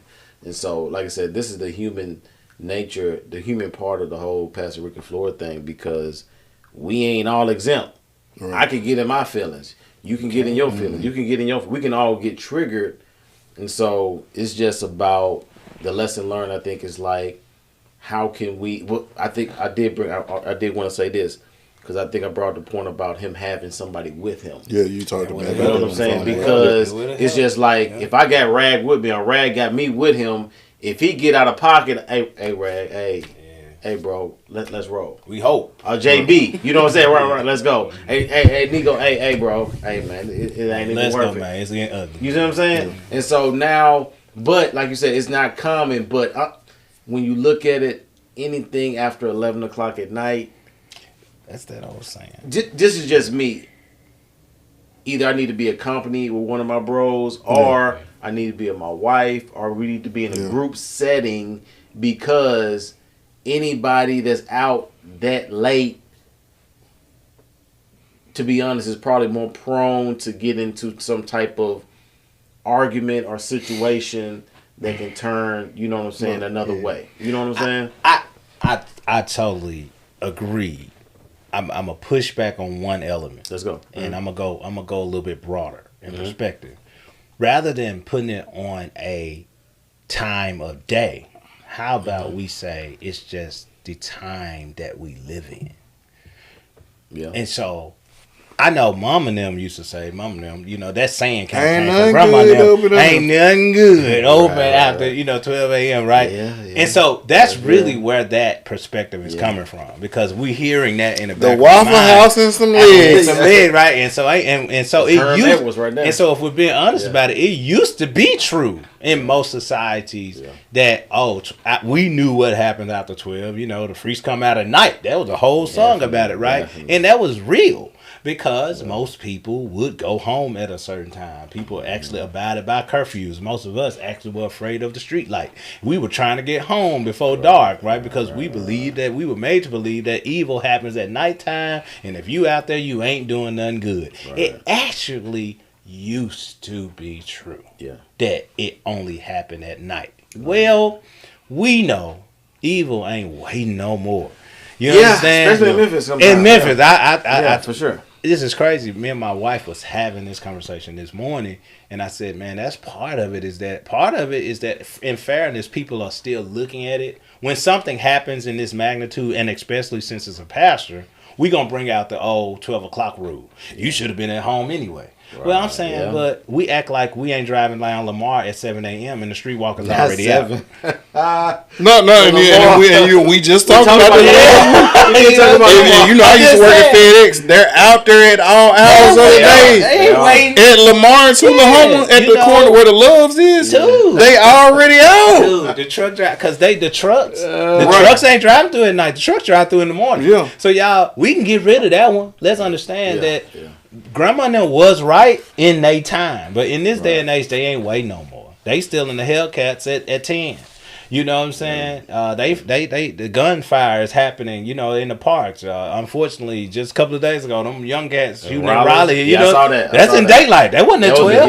You know what I'm saying? So I'm like, man. Or like when he alluded to because we talked about this when it happened. When the pastor got robbed, the lady that got robbed, that was in the daytime. That was in the daytime. So I didn't. So my point is that I hear it and I get it, but let's bring that close.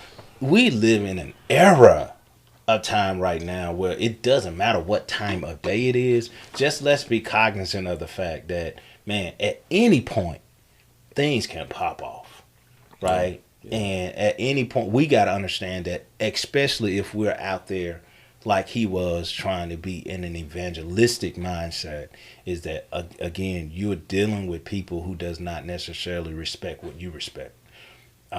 There are people who are, like I say, at their wits' end emotionally and spiritually, and you just don't know what kind of response you're going to get out of anybody. Now, does that mean that we need to be out here necessarily operating on pins and needles? I don't know. You need to talk to God about that. Maybe the Holy Spirit will guide you, I believe. Right. Mm-hmm. You know what I'm saying? And the Holy Spirit will tell you when it's time, how far you need to go, how far you need to push. Evangelistically, I know I'm taught as an evangelist is that you have to earn the right to correct people through relationship. Mm-hmm. you know. And so I was taught to, you know, if I'm trying to win somebody over, don't be so pushy the first time I meet them. For sure.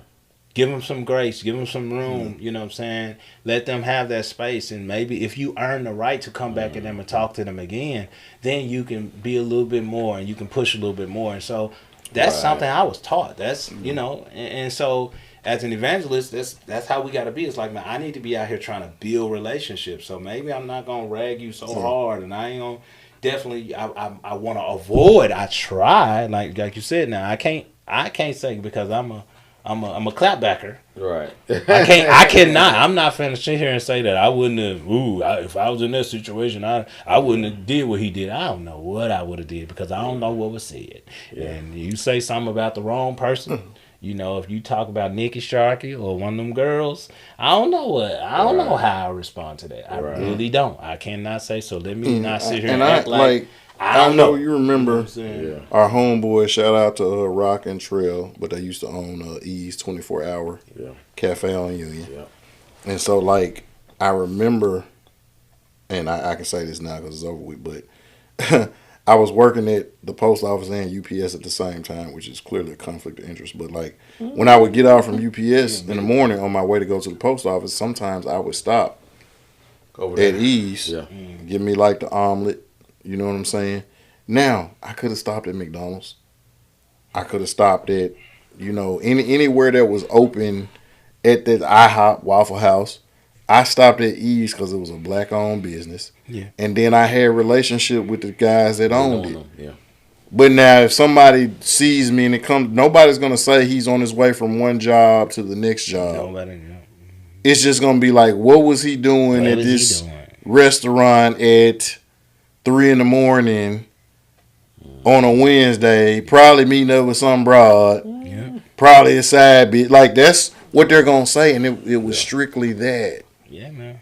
You know what I'm saying? And so, like to your point, like, the narrative has got to change because, again, we can say, oh, he shouldn't have been.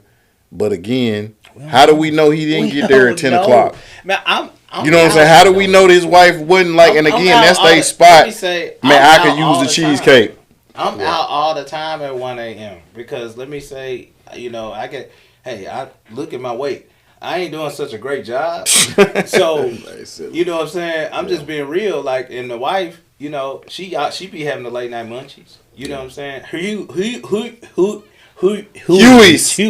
God. Yeah, Huey's. You know what I'm saying? They've seen me at 1. You know what I'm saying? Because they the only spot open. Right on Germantown Parkway. You know what I'm saying? They see don't stay me. Too far. They know me when I walk in. Yeah, he don't stay that far from me. They like, hey, how you doing? You back? Yeah, so we go in there all the time to get some of them wings. I still don't understand how they cook them.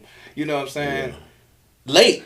We've been some spots that we were nicely trying to be at some events, you know what I'm saying? And, you know, people serve their food and you pick over it to be respectful. But, you know, me and my wife been like, don't worry about it, baby. When we get home, I'm going to shoot up the Huey's. You know what I'm saying? Yeah. I'm going to get us some. So that could easily be me. Yeah.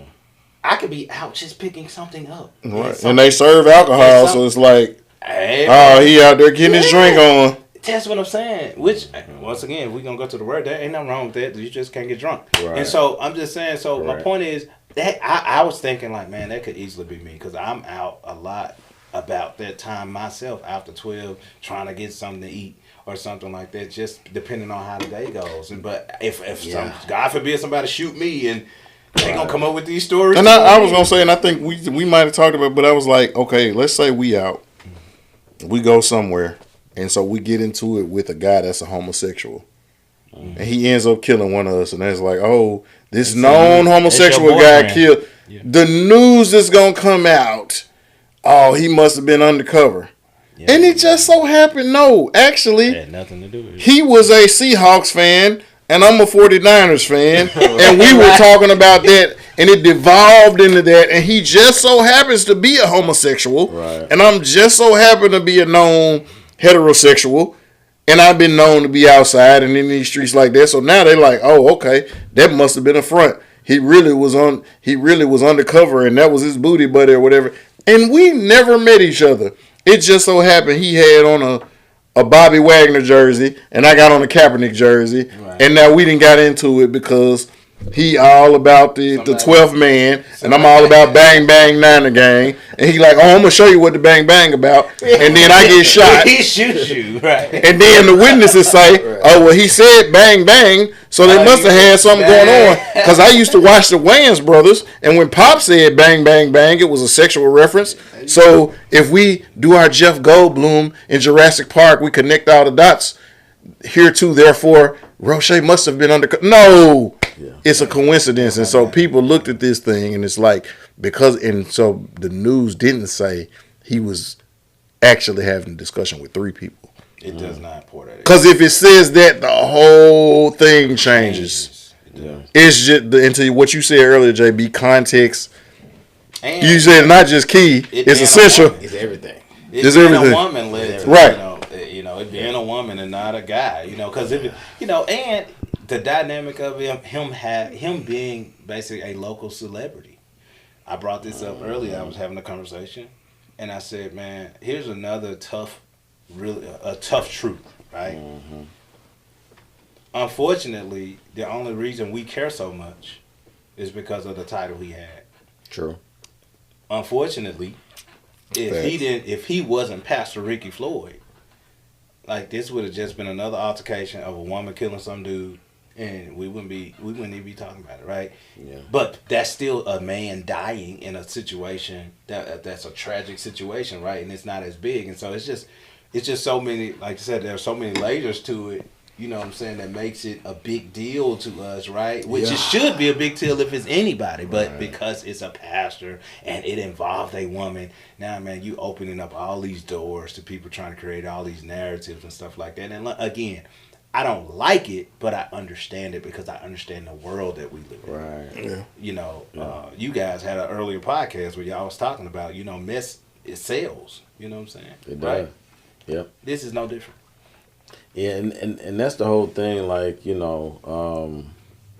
it's tough, man, because it's so many layers to it to where you can't negate it, but then also, just like you know firsthand, all the impact and legacy that he left behind that you can never erase, and that, you know what I'm saying. But it's just like you hate because people that not like us are going to continue to talk about the context of it and the details of it. Damn.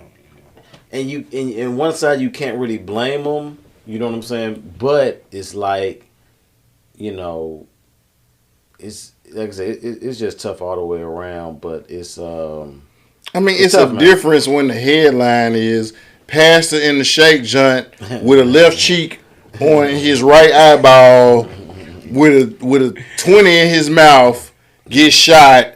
It's a big difference in that. Pastor with a bump of cocaine in his nose in the drug, it's a big difference. Pastor ass naked in the bed with somebody else, it's a big difference in that. Don't forget, let's not ignore. It's also a big difference because he brown skinned. Oh, and he just he did the eulogy at Thaddeus Matthews' funeral. Controversial, man. That's what I'm talking about, bro. Come on, y'all. Like, it matters because we see, we know we live in a world where being brown and something happening to you or around you or in your space or even questionable. Right. Oh man, highlighted. It's gonna get highlighted by your own people. Yeah. But the same guy, a same man with the same title with a lighter color can do worse and be found actually with details of being out there in some mess. And, you know what I'm saying, those guys can end up being president. Right. Or, this is true. Or, if you're a white guy with thick eyebrows and they got you on camera, he was set up, it's a plot by the government, he's innocent. But if you OJ and they don't have you on no cameras, you're guilty. I'm just saying. Hey, it's not me. I'm not that guy. I'm just here. It's true, though. You know what I'm saying? That's a whole nother layer, right? It's a whole nother layer. And the guy who did it can actually come out and say, I was tending to her garden and she was blonde and I was going to get... And his brother came out and said, my brother did that shit.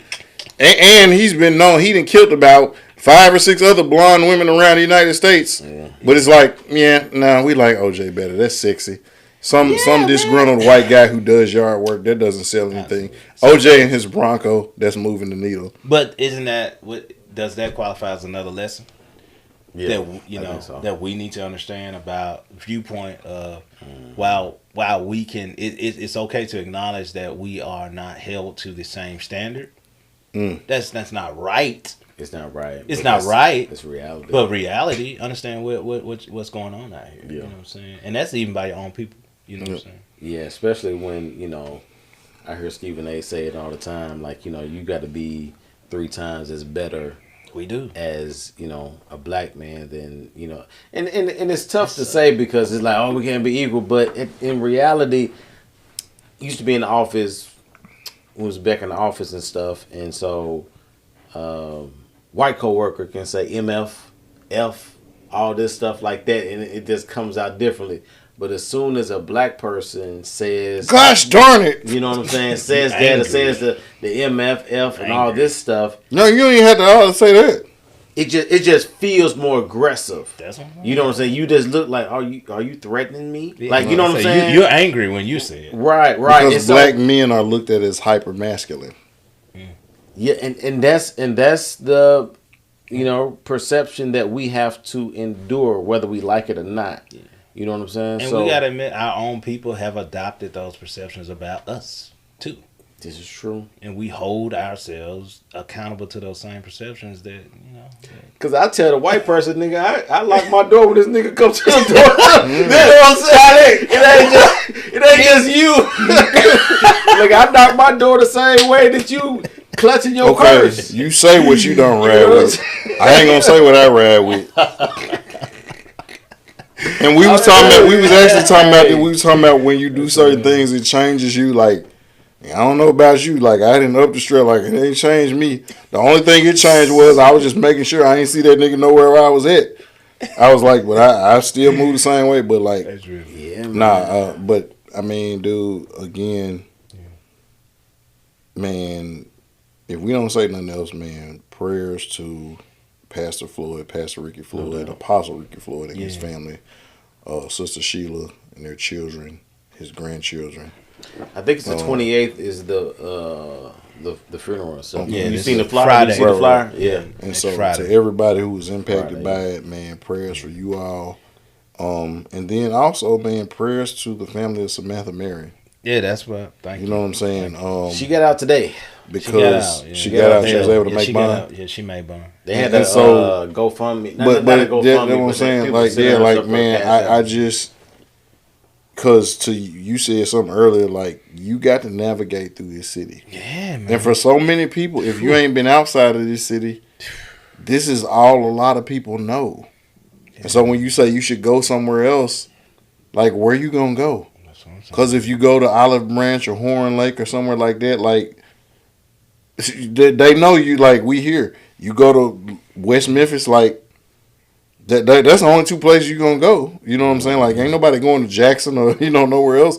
Like, you either going to West Memphis or you going to Olive Branch, South Haven. Yeah. But again, like, her kids got to deal with that. She got to deal with that. Her other family got to deal with that. Yeah. And it's 2 families' lives that were impacted by that. Yeah. I just think that as people who are on social media, let's be responsible. Yep. Let's wait till we have as much information as possible before we post. Let's stop clout chasing. Because we're going to, like you said, we're going to post, and then you said this at the beginning, we're going to post, then we on to the next one. Yeah, they moving on to the next one. We ain't apologizing. We ain't correcting. Yeah. We just like, oh, look at this, and then I'm on to... Let's get them clicks. You know what I'm saying? Oh, look at what Dogecoin doing. And you're off of that. And I gotta add this to that, Rag. That's definitely right for those who are, sending out misleading information, trying to use this as a way to get followers, whatever people may be doing. There's another group too that I want to speak to, that I want you to have more passion for the family, and that's those. There are people who are clout chasing and click chasing. And then there's the people who are attention chasing. and it's not necessarily about click and clout, but it's more like, oh, I want you to be sorry for me because I was close to him. Yeah. Ooh, you said something there because I told you about. Yeah. You know what I'm saying? Yeah. Because they, you know, they seeking more. They seeking more sympathy. Yeah. You know, they out there seeking more sympathy than the wife. You know what I'm saying? And I see that happening. Yeah. And I'm like, I'm saying to them too. Have you called her? You know, you posting. Right. Everybody, oh, I'm so sorry for you. And I'm like, have you even talked to the wife or the kids? You know what I'm saying? Why they so sorry for you? Like, you ain't lost more than they lost. And so let's be cognizant of that as well. Is that, you know what I'm saying? I know we are all grieving in some kind of way. This entire city is grieving this story. Now, you know what I'm saying? Yeah. But let's be, y'all get where I'm going with that? Now I'm glad you said that because there's two sides of the coin of the clout chase. Yeah, okay, good. It can be the clout chase of, you know what I'm saying, all these passes this way. Yeah. Definitely a conversation off camera. Yeah, and then it can be the clout chase I'm a victim. You're a victim or that you actually knew him on a level that you did not know him. Right? Yeah. And so now you're screaming for sympathy.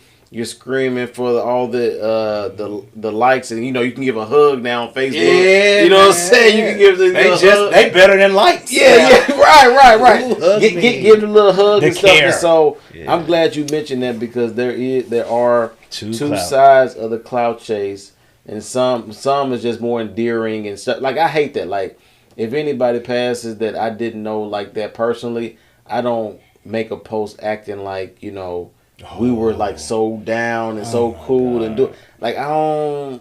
You know what I'm saying? I'm gonna just go say my condolences to the family. I mean, so it's like to that point. Yep. It was like you know this, and you because you knew this person, like our homeboy, Chaz, who passed in 08. Yep. Right. Yep. Like a lot of people talk. Oh, like nigga, I named my son after him. Mm-hmm. Wow. Yep. Okay, so like it wasn't a game. Yeah. You know what I'm saying? Like when one of my brothers went to school in California, I don't know if you know my brother Paco, but like he went to school in California. My baby brother went to school in Missouri. He said, man, the Lord told me to tell you, man, you my brother. Yeah. When I tell you this guy, I was selling my CDs. He's like, man, give me 20 of them. Okay, he come back to me, man. 2 days later, man, $200. Oh, you done sold all of them, $10 a pop. Mm-hmm. So then I meet somebody. Oh, you the dude that's rapping? Yeah. He's like, man, your boy saw me. Yeah, he gave it to you. It's like, yeah, he just gave me the CD. I go to him like, man, somebody said you gave. He's like, man, I ain't gonna lie. I gave you the $200 for your CDs, and I just passed them out because I believe in what you're doing. Love it, man. So like. Don't tell you posting something about how sad you are because you knew him from some school or some job. Nah, when I say that was my nigga, don't we ain't on the same level. And so to your point and to your point, there's a lot of folks clout chasing. On both sides. Like, oh, I knew he spoke to me one time when I was at the grocery store, and I'm so sad because you know. Stop it. And it's not that serious. But the crazy part is, interrupt you, but it's like, it's unfortunate, bro. Like, it take for you to pass on for people to act like they down with you and they know you and that they care about you to that degree, right? Mm-hmm. Because it's like, you know, I was telling, I didn't know Ricky Floyd's, Pastor Ricky Floyd's, social media presence wasn't as often as I thought it was. You know what I'm saying? You know what I'm saying? Stuff like that. And so now it's just like, no, I ain't never hear you talk about him. Never. In the last 2 years. Never. You know what I'm saying? So now it's, you know what I mean? So it's just, it's fake, bro. You know what I'm saying? On both sides. I can't, I don't like that, bro. Yeah, it's and like I said, let me say, I've seen that as well. Yeah. You know, people who who, you know, like I say, they might have been people who were formerly church members, you know, who didn't think that was good enough for them, you know what I'm saying? And I, you know, and so, you know, now it's all about, oh my God, he just, so, and I get it. Hey, and I'm not trying to say it wasn't. It's, I think, again, there's a loss for this entire city. All of us are grieving some kind of loss, you know what I'm saying? It's just that it's two sides. It's happening on both sides, man. It is, man. It's happening on both sides out there. So I don't want to. I'm not leaving you out. Yeah. And I'm glad you mentioned that, bro. I know this serious because, like, so now, like, you know, I've talked about Pastor Anthony King on this podcast before. Yeah. He coming through too. Right. So full circle, right? My dad was a mentor to Pastor Anthony King. Yep. And when he said he was serious about ministry, Dr. Holloway and Pastor Moss was like, get with Elder Ragland. My dad got to a point to where he was like, I've done all I can do. When he got ordained, one of the people he asked to be in there, to sit in there with him, he asked for my dad to be in there. So that's their relationship. Right? So that's my guy. Right? He was like a big brother, uncle to me because of what him and my dad's relationship was. He always hit me back. So I know this is serious because that was somebody, he don't call everybody his friend. Right. He said, man, that's my friend. I've called him a couple of times. Now, I could just call him shooting a breeze, check in, happy birthday. He gonna hit me back. I've called him several times. So, like, I know that's somebody. And when I was at Faith International, Pastor Floyd, Apostle Floyd, came through several times at Faith International. And I would see their interaction. So now, if I don't know nothing else, I know body language. Like you already know, like we was teaching. Like I know body language. I know when it's cap. No, them niggas rock with each other for real. They boys. Right? Yeah. He ain't hit me back yet. I done hit him up like 3 times. He ain't hit me back yet. I don't feel no type of way because I've known Pastor King since I was 9 years old, right? So I don't feel no type of way. I know what it is. But, and check this out. It's times where I done hit Pastor King up, hey, I just want to meet with you. I was going to pay for lunch.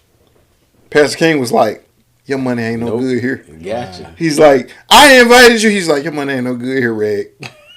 No, you don't pay for my lunch. I pay for your lunch. But he ain't hit me back. Yeah. So I know this is affecting him. Wow. For real, right? Yeah. Pastor Mike Arnold. Yeah. I hit him up. And he texted me back. He's like, Shay. And I was like, I'm just checking. He's like, Shay, I appreciate that when I'm able. And he's been on here before. Yeah. Y'all check that episode out. Yeah.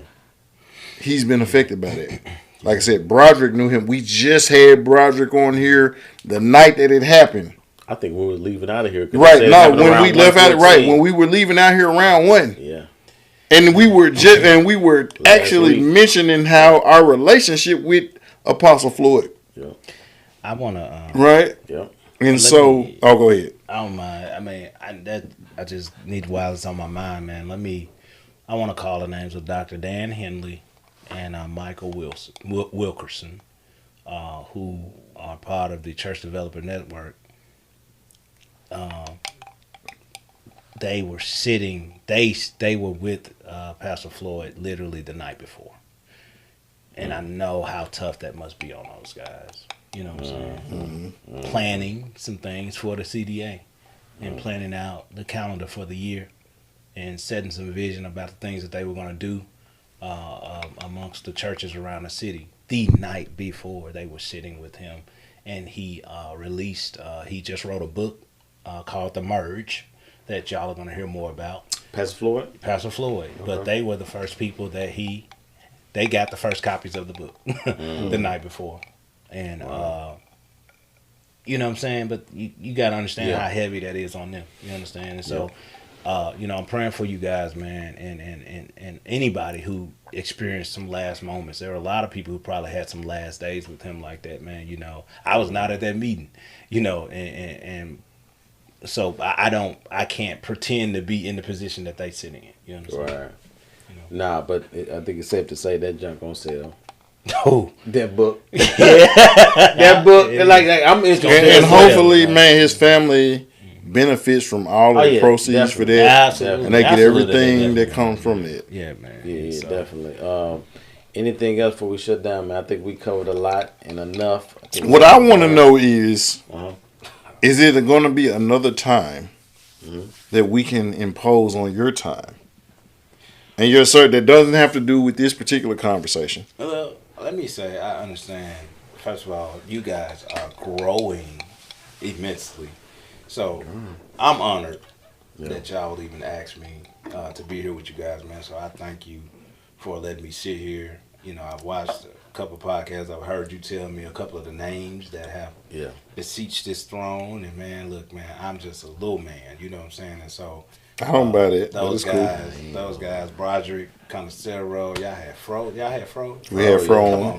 Mike Arnold. Dude, all those dudes, they know me. You know what I'm saying? And those dudes, they up here. I'm like, I'm down here, right? Lies and propaganda. So absolutely, man. So look, I'm honored, man. If y'all would have me back, man, I would be honored. Please, I live right around the corner, so it ain't. He does, ride, no. He so stay. He don't stay. He stay down the street from me. My office is around the corner. Yeah, no, he stay down the street from me. You in Cordova? No, we had an office in Bartlett. No, his office in Bartlett. No, but I'm saying he stay in Cordova. He don't stay. Boy, we Bartlett. Yeah, no, but I'm saying he don't stay too far from me though. Yeah, I don't stay. I live in. You know, we stay off 64. Yeah, okay. In the Dirty Dover. And me and my wife's office is right across from the pizza joint, the bowling alley, right here on stage. So hey, I'm close. Oh, we right up the street. Yeah, we right up the street. So right across from Bolero. Yeah, man. So needless to say, man, I would love to come back, man, on future conversations if you haven't. But I know the list is long for people trying to get here. So if it's some months and before I hear from you again, I understand. Hey, look, but it's all good. But yeah, man, I love this, and I'd love to be back if y'all would have me, man. So absolutely, for sure. Yeah, is it any? Do you have anything upcoming? Projects or places you're gonna be speaking at, ministering at, email, Instagram, like let the people know where you are so they can see your right posts. Now, you'll hear more from me, man. I'm working on a church plant, a new congregation that we're trying to build up. I do have a nonprofit called the Storehouse. That if you find me on Facebook, just Neko Sharkey. You'll see that I post a lot on there right now. What we concentrate on is I do a lot of homeless feedings around the city. And so I basically get groups. And so if you have a group of friends or a family or a church, whatever it may be, y'all might just have some boys that y'all hang with where y'all want to get together and say, man, we want to do something to give back to the community. I'm well connected with a lot of inner city outreach programs. For some reason, I became some kind of middleman for helping people do outreach in the city. I don't know how that happened, but it just happened. And so I've kind of taken that on now. And so if you are a group that says, look, man, I want to do something. I want to feel like I'm doing something for the community. You can reach out to me, inbox me. I can get you hooked up with, something going to feed a homeless shelter or going to do something for a youth program or something like that, man. I can get you connected and get you into those facilities because, through my name, I've already gone through the background checks and all this kind of stuff that's required. And so if you want to do something for your community, just call me. There are a conglomerate of things out there that you can do as a small group. And so, that's kind of what I do with the Storehouse, man. And so it's just help people kind of, do things through outreach through the city and stuff like that. And so y'all will see me post about that. We do things for senior living facilities, all kinds of places, homeless shelters and stuff around the city. So that's what I'm doing right now, but you'll hear more about it, that I'll be planning a new church. That's what I've been doing. For 13 years now, I've been going around to different church plants, helping them establish their churches and stuff like that across the city, spreading the gospel. And so, man, that's what I do. And so now I'm finally going to do one for myself. I've been helping the other cats build theirs. And so now I'm going to finally build one that I'll be the head of. Ooh, boy, dope. Because, once you're a friend of the show, you may get calls off. Yeah, no, he going to hit you. Because, also, for those of y'all who don't know, because he don't like when I plug it, but Preacher Man Podcast, and we said this in season 1, okay? The Prez X TV is like the big brain of everything. Okay. It's the head of the body, but it's branches of it So you have like the executive mindset, which is like maybe an arm, and the preacher man is maybe an arm, and so now again, JB been doing more than me, but it's things that we're doing, and so like I said, when he does the preacher man, it's a lot of the more so, I guess, faith-based scriptural aspect of what we talk about. And he really delves deep into that. And I mean, he's had some dope conversations from Apostle Tony Wade on. I mean, who else? What's the guy? Terrell Monger. You know what I'm saying? Like he's had people on that's like, and they really go in. And so that's an avenue. Player Tony. But then, definitely Player Tony. Oh, that's my brother. That's my man. Prayers to Player Tony because he's gone through some health issues lately. So we're praying for him. Yeah, we talk about that off camera. But he's doing all right. But definitely that's something that I know you would be good at. But also when we had a conversation on here a few weeks ago, we were talking about guests on. But just when we talking about regular stuff, because you know us, we go in, like we'll talk about sports stuff. Yeah. It's like, and just having another voice, because sometimes it's like, my cousin comments. Shout out to my cousin, Joseph Ragland, right? Yeah. I had to hit him up because he said we wasn't objective about LeBron. I saw that. I said, Joe, you got to chill out. But we had a good conversation, but. Stop it. Like when we do our rundowns, when we're talking about pop culture or sports or different things, it's good to have another voice. Because sometimes it's like, oh, you and JB was lockstep. Y'all was both agreeing. I said, man, how many judges you be watching? Because sometimes me and JB be back and forth. Right. But again, it's good to have another voice that's giving a different perspective. And so we would love to have you back on. Man, I'm honored because you know how far we go back. Absolutely, man. One of my old basketball players was one of your students, and the best thing I remember, he got in trouble for something. You was like, every time I talk to you, you always doing what you want to do. When you gonna do what I tell you to do? And I saw who you was talking to. I was like. Yeah, you do be doing what you do. I'm like, I ain't even gonna jump in. He was looking at me like, Coach. I'm like, nah, I can't even say nothing. And then I pulled you aside like, hey, I appreciate that because I've been saying that for right. It helps to have somebody echo it. But yeah, man. Nah, man. For somebody who I worked with, again on the teaching level, I saw the passion for the students. I mean, and that's a whole nother episode. Mm-hmm. Like you talking about taking kids home from school, staying late, like school closed. We're still there waiting on parents to come pick them up, helping with homework, IEP kids. Like yes, sir. We're doing all of this stuff, and it gets underappreciated. And that was somebody who I saw, and then I saw him go to where it was like, you leaving, and then it's like, man, and then it's like, oh, you got your degree in a whole nother thing, and it's like. I can't even be mad. I'm like, take me with you, and he didn't, but it's cool. I'm not gonna hold it against him, but this is somebody who, man, I appreciate this brother. I've seen him in the trenches. He don't just talk about it; he is about it. We put our blood, sweat, and tears in that. I mean, he's serious about his family. You know what I'm saying? First, baby, first. Definitely, and his wife and his kids. He's all about that.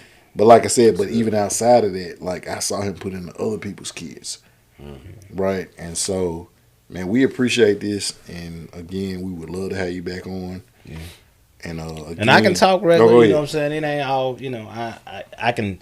God is in everything, you know what I'm saying? Right. And so, but I'm able to have a regular conversation, you know what I'm saying? But this was tough to not talk about this one, you know what I'm saying? Yeah, definitely. I can talk sports too, you know what I'm saying? I got opinions on that, I saw the LeBron podcast too. We got to go. This is, I think this is definitely needed because I don't think people has talked in depth as we did, you know what I'm saying, covering this conversation because a lot of stuff is taboo. A lot of people don't want to say certain things, or because people can get a little sensitive, understandable, or whatever. Which I get it, but I think we talked from a lot of different angles. Your favorite podcaster's favorite podcast. Yes, sir. Do what we do. Yes, y'all doing a great job, man. Yes, sir. This is good. But yeah, we about to shut it down, y'all. But till next time, continue with that executive mindset, and most definitely keep it presidential. Salute. Arrivederci. Bow. That's it. Damn, man. Woo! This was good. That was good, man. I didn't know we were going that long, but y'all having me here. I appreciate you. Appreciate you.